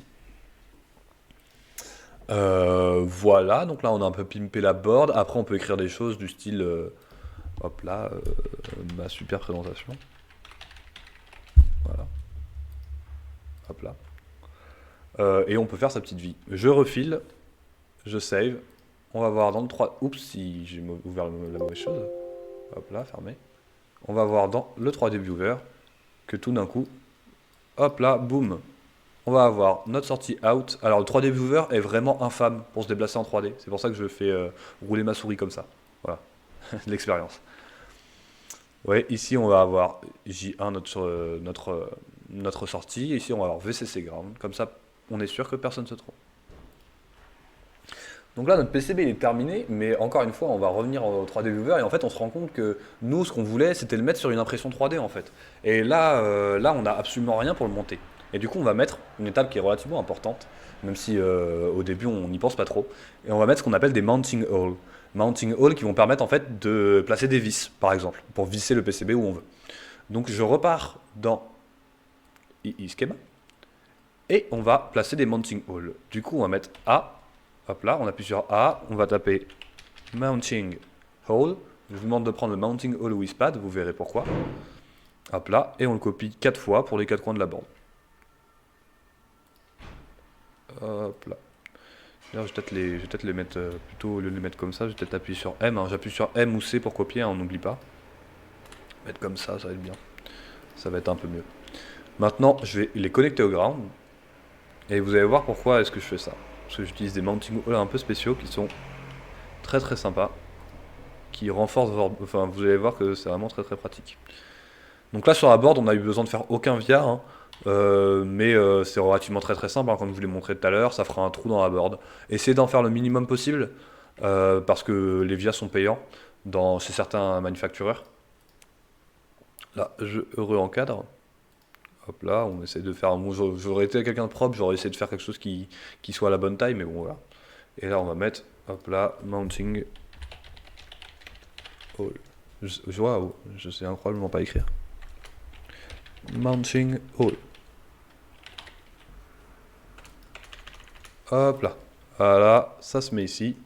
Et là, on est content. Mais maintenant, vous allez me dire, mais il faut re-associer une footprint au mounting hole. Du coup, ce qu'on va faire, et ce qui va être un peu mieux que ça, on va re-rentrer dans le netlist. Et vous voyez que là, c'est là où c'est très très sympathique. On a tous les mounting holes qui sont regroupés au même endroit. Et donc, du coup, juste à faire, hop, la footprint. Je rentre dans le footprint, celui que je vous conseille de prendre. On va aller dans mounting hole, qui est où mounting hole. Ce que je vous conseille de prendre, c'est un mounting hole with via. Pourquoi? Parce que petit 1, ils sont extrêmement stylés. Et je pense que c'est un peu la raison la plus importante de les prendre. Petit 2, en fait, ils vont vous permettre, ils sont vraiment très pratiques pour du débugage. Parce qu'en fait, ce sera un mounting hole, certes, mais sur les côtés, il y aura une petite couche de cuivre et des vias qui seront placés. Ce qui vous permettra, avec un multimètre, de pouvoir planter directement, si vous avez besoin du ground, votre patte dans le mounting hole, au lieu de gratter votre PCB pour découvrir du cuivre pour mettre le multimètre. Donc je vais mettre des mounting holes de M3. Vous voyez que là c'est un mounting hole tout simple, hein, ce serait juste un trou par exemple. Mais comme je vous le dis, je vous conseille de prendre des pads via. Voilà. Mounting hole, pad via. Donc là par exemple un M3. Ok. On repasse sur PCB New, on sauvegarde un petit coup pour ne pas perdre notre travail. On repasse sur PCB New. On re-update le schématique. Ah oui, il faut annoter, j'avais oublié. Voilà, on update. Close. Il m'a rajouté de même mounting hole qui sont un peu ils sont un peu très très grands pour ce schéma, mais bon voilà. Et là, je vous conseille de vous remettre pareil pour avoir quelque chose un peu sexy à un bon grid, donc grid de 50. Moi, je travaille relativement qu'avec ça personnellement. Vous mettez le mounting hole, vous en mettez aux 4 coins. Et comme vous avez vu, les vias ils sont connectés au ground. C'est pour ça que j'ai mis tout à l'heure dans Easy Schematic, je n'ai pas mis des simples mounting holes, j'ai bien mis des mounting holes with ground, enfin with pad.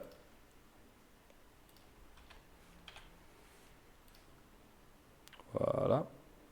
Hop là, on est placé là. CTRL B, B. Vous allez voir que du coup tous les mounting holes ont été assimilés au ground, hein, que ce soit sur la bottom ou la front layer.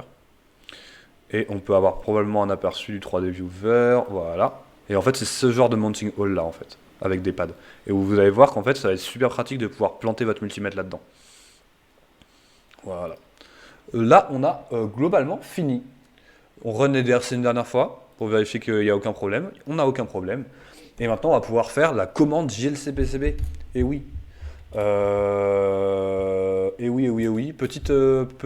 Juste petit passage un petit peu avant. Si jamais vous voulez modifier, quelque chose qui peut être très pratique, si jamais vous voulez modifier la taille de toute une Trax, vous voyez que par exemple, si jamais là je clique sur ma Trax et que j'appuie sur Edit, je peux peut-être augmenter en appuyant sur la width, par exemple, je peux la passer à 0,6. Mais ça va augmenter que la taille de cette Trax là, en fait, de ce côté-là. En appuyant sur la touche I au-dessus d'une Trax, vous sélectionnez tout, vous appuyez sur E ensuite, et vous mettez par exemple 0,6, et ça augmente tout le monde. Voilà. Petit tips que j'ai mis un petit moment à trouver. Maintenant, on va passer à l'assemblage JLC. Donc, JLC PCB, qu'est-ce qu'on doit faire? Il n'y a pas énormément de choses à faire pour un assemblage. Là, on va pas faire de. Enfin, justement, on va pas faire d'assemblage. On va faire du. Comment dire? On va se faire les boards par JLC PCB, mais on va pas faire l'assemblage des composants.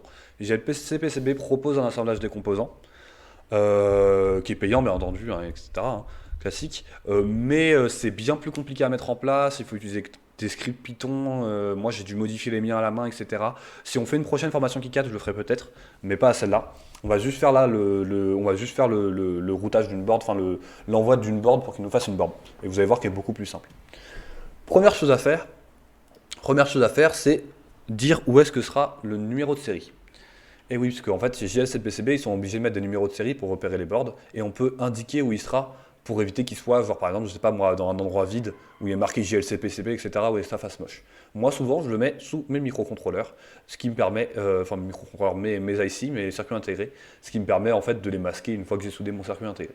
Donc là, j'ai passé en bottom split screen, je vais mettre du texte, je vais mettre 4 fois JLC, JLC, JLC, JLC, on dirait un code de triche des Sims. Hop là, on met ça comme ça, on met ça au plein milieu comme des sagouins. On re-remplit les layers, très important, hein. Toujours vérifier qu'on a bien rempli avant de faire la commande. Ensuite, on va faire file, file, plot et pas print. Vous allez voir que print, c'est pas du tout la même chose. Ici, je vous laisserai me mettre en pause ou voir pour les settings. Globalement, c'est les settings de base, hein. J'y touche absolument pas. On va aller en haut à droite pour renseigner un fichier. On va aller dans formation KiCad, présentation, on va créer un nouveau fichier Gerber. Oups. Ah non, j'ai fait n'importe quoi. J'ai tout cassé. Voilà, on va recommencer. On va supprimer ce fichier, j'aurais pu le renommer en vrai. On va créer un fichier Gerber. Hop là. Select folder. Ah oui, du coup, il l'a pas créé. Si, c'est bon. Hop là, on est cool. Ensuite, on va aller d'abord dans Generate Drill File. Generate Drill File. Voilà. Hop là. Et donc, il l'a créé. Ensuite, on fait plot. Voilà. Il a créé tous les GRBL tous les Gerber dont il avait besoin. On ferme. On va aller dans ce CD. Alors, c'est bizarre parce que KiCad me troll un peu. Ah, c'est ça qui me saoule. Voilà. Tac. Présentation. Notre Gerber. On a bien vérifié qu'on avait la ground, etc. Normalement, le ground devait être là, je pense. On va voir de toute façon très rapidement chez JLC PCB. On sélectionne tout. On fait set zip. Ajouter à gerber.zip. Maintenant, on va sur le site de JLC PCB. On va sur leur site. Hop là. On tape quote now. Enfin, on va sur quote now. On prend notre fichier et on le drag and drop là-dedans. On attend un petit peu le temps qu'il fasse son travail. Hop là. On regarde un petit peu si ça a une bonne tête. Ça a l'air à peu près. Bon, ça a l'air cool. Maintenant, on a toutes les options. Alors, les options, globalement, vous avez à toucher à quoi? Ici, vous n'avez rien à toucher. Ici, ce qui va être intéressant, c'est que vous pouvez changer la couleur du screen, du masque. Le problème de changer la couleur du masque, c'est qu'on va avoir des masques qui vont être plus chers que d'autres. Là, la board est trop petite pour le montrer, mais on peut avoir vraiment des différences de 10 à 15 euros. Et vous voyez, hop là, le vert, par exemple, il arrive en 24 heures. Le rouge, il prendra plutôt 2 jours. 2 jours ici, 2 jours pour les autres, en fait. Voilà. Donc après, ça à voir par rapport à vous, au design, si vous avez des contraintes, etc. Ensuite, très important, surface finish. Vous allez prendre lead free AHSL ROHS. C'est plus cher, de pas beaucoup, hein. Si vous voyez, c'est 1,10$ qui fait peut-être 80 centimes. En fait, ROHS, vous allez voir sur beaucoup de composants, quand vous allez chercher des composants, ROHS, c'est une espèce de norme, de ce que j'ai compris, hein, je vais juste chercher rapidement, une espèce de norme qui permet de dire que le composant est globalement, comment dire, qu'il est pas toxique. Que globalement, si vous vous retrouvez à lécher les pins de vos cartes pour quelconque raison, vous n'allez pas mourir en atroce souffrance. Voilà. Ensuite, on va aller dans Advanced Option. On va pas aller dans Advanced Option. On va cliquer sur Specify Location. Comme vous pouvez le voir ici, JLC PCB, Order Number. Il faut mettre JLC sur votre board. On a Specify, Save to Cart et après vous connaissez la chanson. Du coup, je crois qu'on a fini cette histoire. Je vérifie rapidement dans mes notes. On a fini. Maintenant, on peut voir déjà ce que vous en pensez, ce que vous avez pensé de la formation en général, et si vous avez apprécié à peu près le contenu. Est-ce qu'on a des remarques? Ouais, non, ça va, c'était très bien. D'accord, c'est cool. C'est cool, c'est cool. Il y a quelques autres informations que je peux vous balancer à la va-vite, mais je pourrais pas les approfondir. Si vous voulez, je peux vous en parler maintenant. Non, c'est juste parce que je viens d'y repenser au tout début. Ouais, bien sûr. T'avais dit, tu sais, quand tu vas ajouter des composants, t'avais Ouais. dit qu'il y avait certains composants qu'on n'avait pas de base et qu'on pouvait aller sur un site pour Ah en ah! récupérer. Et c'était quoi le nom du site? Hop là, nickel. En plus, c'est exactement ce sur quoi je voulais embrayer. Ah Hop bah, parfait. là! Je t'envoie un lien. Je clique dessus moi-même. SnappyJ. Ok, ok, Alors, merci. globalement, SnappyJ, attention, hein, parce que ça reste des footprints et des schématiques qui ont été faits par des personnes. Donc, c'est-à-dire qu'il y a des possibilités d'erreur. Jusque-là, j'ai eu aucun souci en utilisant des footprints de SnappyJ. Vous avez juste à créer un compte, vous tapez le nom de votre composant, vous pouvez le récupérer. C'est pour tous les logiciels de design de EDA. Donc, vous allez voir quand vous allez télécharger, il va vous faire oui, vous voulez télécharger pourquoi, KiCad, etc. Vous prenez bien entendu KiCad for and later quand il va vous proposer.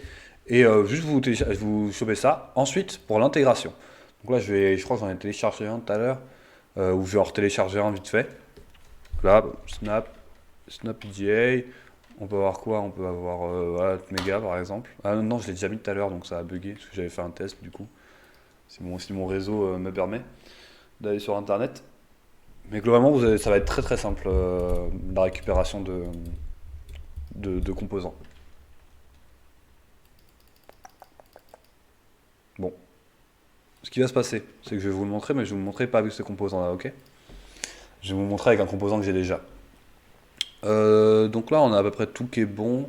Je vais fermer tout ça hein, parce que ça m'intéresse plus. Je vais vous montrer par là même d'autres designs que personnellement j'ai fait. Comme ça, vous pourrez avoir une idée de quoi ça ressemble à un PCB un peu plus complexe que juste un 555. Tac, tac, tac, projet perso. Donc je vais vous montrer par exemple le clavier pour vous expliquer pourquoi est-ce que j'aurais eu besoin d'utiliser comment ça s'appelle les je sais plus parler. Non, c'est pas l'autosave que je veux charger. C'est de la merde ça. Je vais charger la V2, voilà. Pour vous montrer pourquoi est-ce que j'aurais pu utiliser les hierarchical sheets par exemple. Donc là sur mon clavier que j'ai fait, vous allez voir que là par exemple c'est à ça que ça ressemble plus ou moins, vous voyez. Donc j'ai séparé, on sépare bien, vous voyez on peut même mettre des petites notes. Hein. Voilà, on sépare bien tous les composants, on essaie d'expliquer un peu chaque bloc à quoi il sert. Et ici vous voyez par exemple c'est ma matrice avec des inputs colonnes et des sorties rows. Et vous voyez que toute cette matrice-là, au lieu de faire mon travail sur une feuille A3, parce que là c'est une feuille A3, j'aurais pu faire mon travail tout simplement sur une feuille A4 et ressembler sous un petit bloc toute cette matrice pour simplifier le travail. Et ça aurait été même très pratique, puisque cette matrice-là, après, comme il sera contenu dans un point pro, en fait, on peut aussi la réimporter. En fait, c'est comme si c'était un nouveau projet, même s'il est associé à celui-là. Et du coup, on peut la réimporter dans d'autres projets, par exemple. Voilà. Donc, pour l'idée d'utilisation. Et par exemple, les switches que j'ai utilisés là, c'est des choses que j'ai récupérées de SnappyD, non d'une librairie KiCad, pardon. Donc là, on va aller sur un des projets sur lesquels j'ai travaillé. Non, pas celui-là. Juste pour vous montrer l'import de quelque chose de SnappyJ. Donc là, on va aller dans ce schéma, par exemple, et on va importer, je sais pas, on va faire. Alors, comment on fait pour importer un nouveau composant? On va aller dans Create, Delete. Voilà, lui, il n'est pas content tout le temps. On va aller dans Create, Delete, etc. Les composants, s'il te plaît. Merci, symbole editor. Voilà, il m'ouvre le symbole editor par conséquent. Dans symbole editor, vous allez faire File, Add Library. Et vous allez chercher le point libre correspondant. Quand vous allez télécharger, vous allez voir un point libre, vous allez voir un point KiCad underscore PCB ou KiCad underscore Pro, quelque chose comme ça. Vous allez double-cliquer. Là, comme je l'ai déjà intégré, en fait, comme toutes les librairies que j'ai sur mon PC, j'ai déjà intégré, vous allez voir qu'il va m'envoyer normalement un fichier d'erreur en mode il existe déjà. Mais sinon, ça fonctionne. Vous faites ça, vous sauvegardez, vous fermez. Et comme ça, vous l'aurez en tant que composant. Mais l'avoir en tant que composant ne veut pas dire que vous l'avez en tant que footprint. Par conséquent, vous allez aller dans Footprint Editor. Hop là. Et vous allez faire File. Cette fois-ci, vous n'allez pas faire Add Library. Vous allez faire Import from KiCad File. Et on va avoir par exemple je crois que j'ai un truc composant, voilà.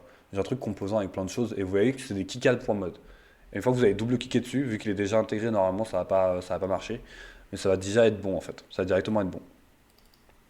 Hop là. Et vous allez avoir le footprint. Et après, vous n'aurez plus qu'à associer le footprint, la composante que vous avez mis, avec le footprint que vous avez installé. Si jamais il y a des. N'hésitez pas à aller sur YouTube ou quoi, si jamais il y a des problèmes par rapport à ça, mais c'est vraiment très simple. Est-ce que ça répond à ta question? Ça répond parfaitement. Nickel. Ensuite, l'autre chose dont je voulais vous parler, qui est quand même quelque chose d'assez important, je crois que je vous en ai parlé tout à l'heure, on peut avoir on peut créer ses propres footprints. Les footprints n'existent pas toujours.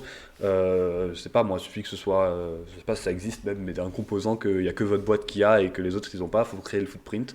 Vous pouvez créer votre footprint avec KiCad. Je vais vous envoyer une vidéo qui va l'expliquer bien mieux que moi. Ça va permettre de créer une vidéo où le mec explique la création du symbole et du footprint. Et globalement, c'est très très simple. C'est vraiment super simple. Vous dessinez un carré, vous mettez les pins input-output. Le vrai problème, c'est pour la création du footprint, parce que vous devez, avec un pied à coulisse, tout mesurer et que ce soit exactement la bonne taille, vu que c'est le parallèle dans la réalité de votre composant. Et c'est à peu près tout ce que j'avais à vous dire. Après, si vous voulez, on peut parler des boards multilayer. J'avais juste une question avant. J'ai pas Ouais, chef. super compris pourquoi, enfin, la partie où tu mettais LPCB, LPCB, LPCB, là, c'était pour après que Ah, elle. JLC, JLC, JLC, JLC. C'est On pour. dirait que j'appelle Beetlejuice. En fait, JLC, regarde. On va retourner sur JLC PCB. En fait, il y a un truc, tu sais que pour eux, pour que dans leur boîte, en fait, eux, ils arrivent à comprendre c'est quel board, etc. Il y a un order number.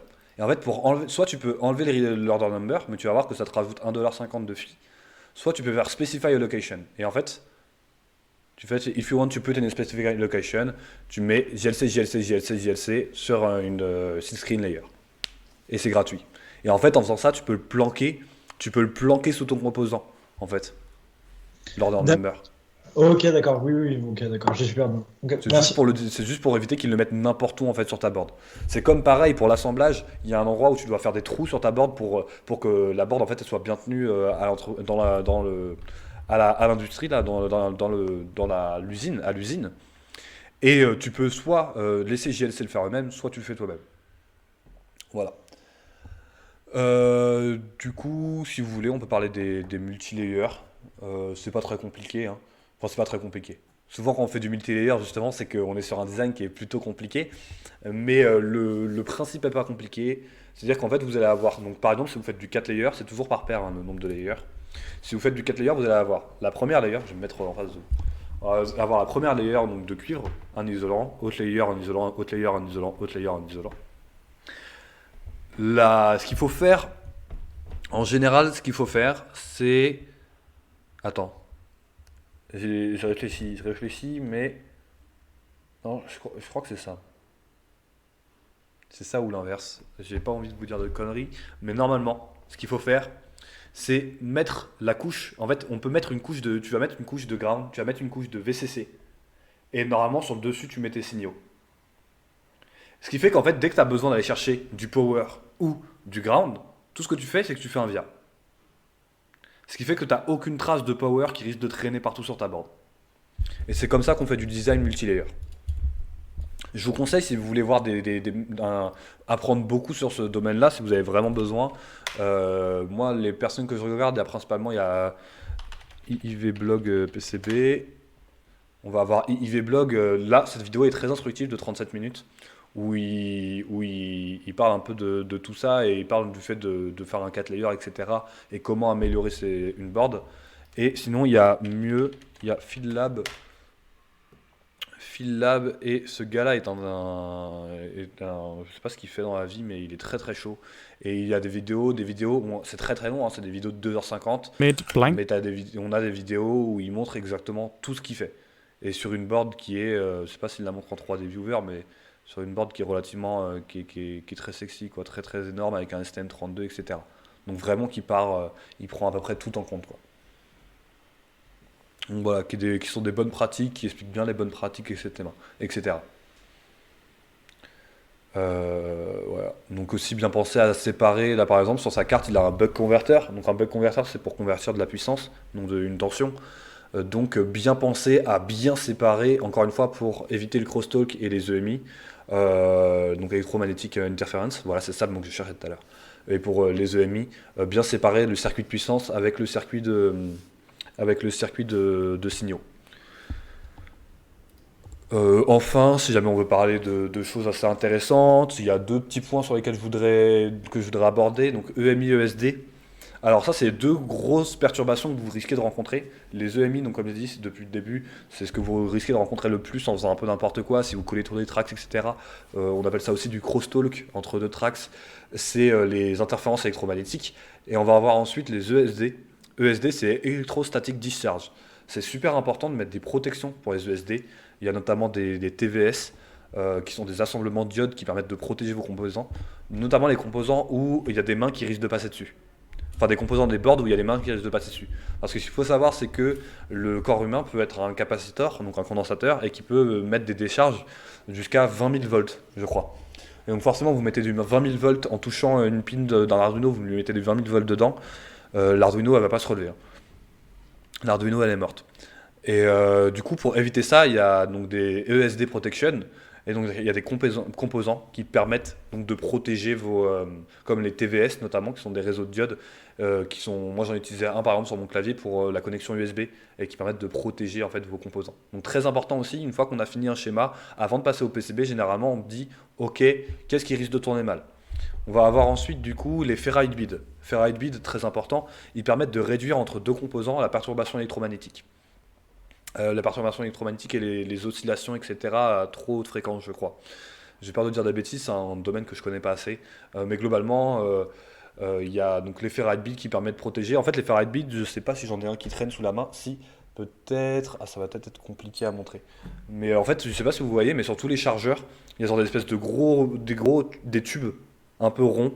Des tubes sur tous les chargeurs, que ce soit de genre PC, de tous les trucs qui comportent un peu de puissance. Et en fait, ça, c'est un ferrite bead. Les ferrite beads peuvent être externes au circuit, donc dans un câble, ou internes au circuit, sous la forme de composants. Et finalement, on va parler ensuite le plus important, je considère comme le plus important, le PTC. Un PTC, c'est quoi? C'est un fusible. C'est super important de mettre un fusible. Pourquoi? Parce que si jamais vous avez tout d'un coup une trop grosse tension, vous n'avez pas prévu, il y a une trop grosse tension qui rentre dans votre board, tout va cramer si jamais vous ne protégez pas. Alors que le fusible va juste sauter. Et les PTC, ce sont des fusibles spéciaux qui se réarment tout seuls. Donc c'est super pratique. C'est-à-dire que ça vous permet d'éviter de faire exploser votre board si jamais il y a une grande impulsion ou je ne sais pas ce qui peut se passer dans vos circuits. Il y a quelque chose que le circuit ne peut pas tanker. Et ça vous permet, ensuite il est quand même réutilisable. Donc imaginons que c'était une mesure exceptionnelle, votre board ne crame pas. Vous pouvez la réutiliser, je ne sais pas combien de secondes, mais un temps après.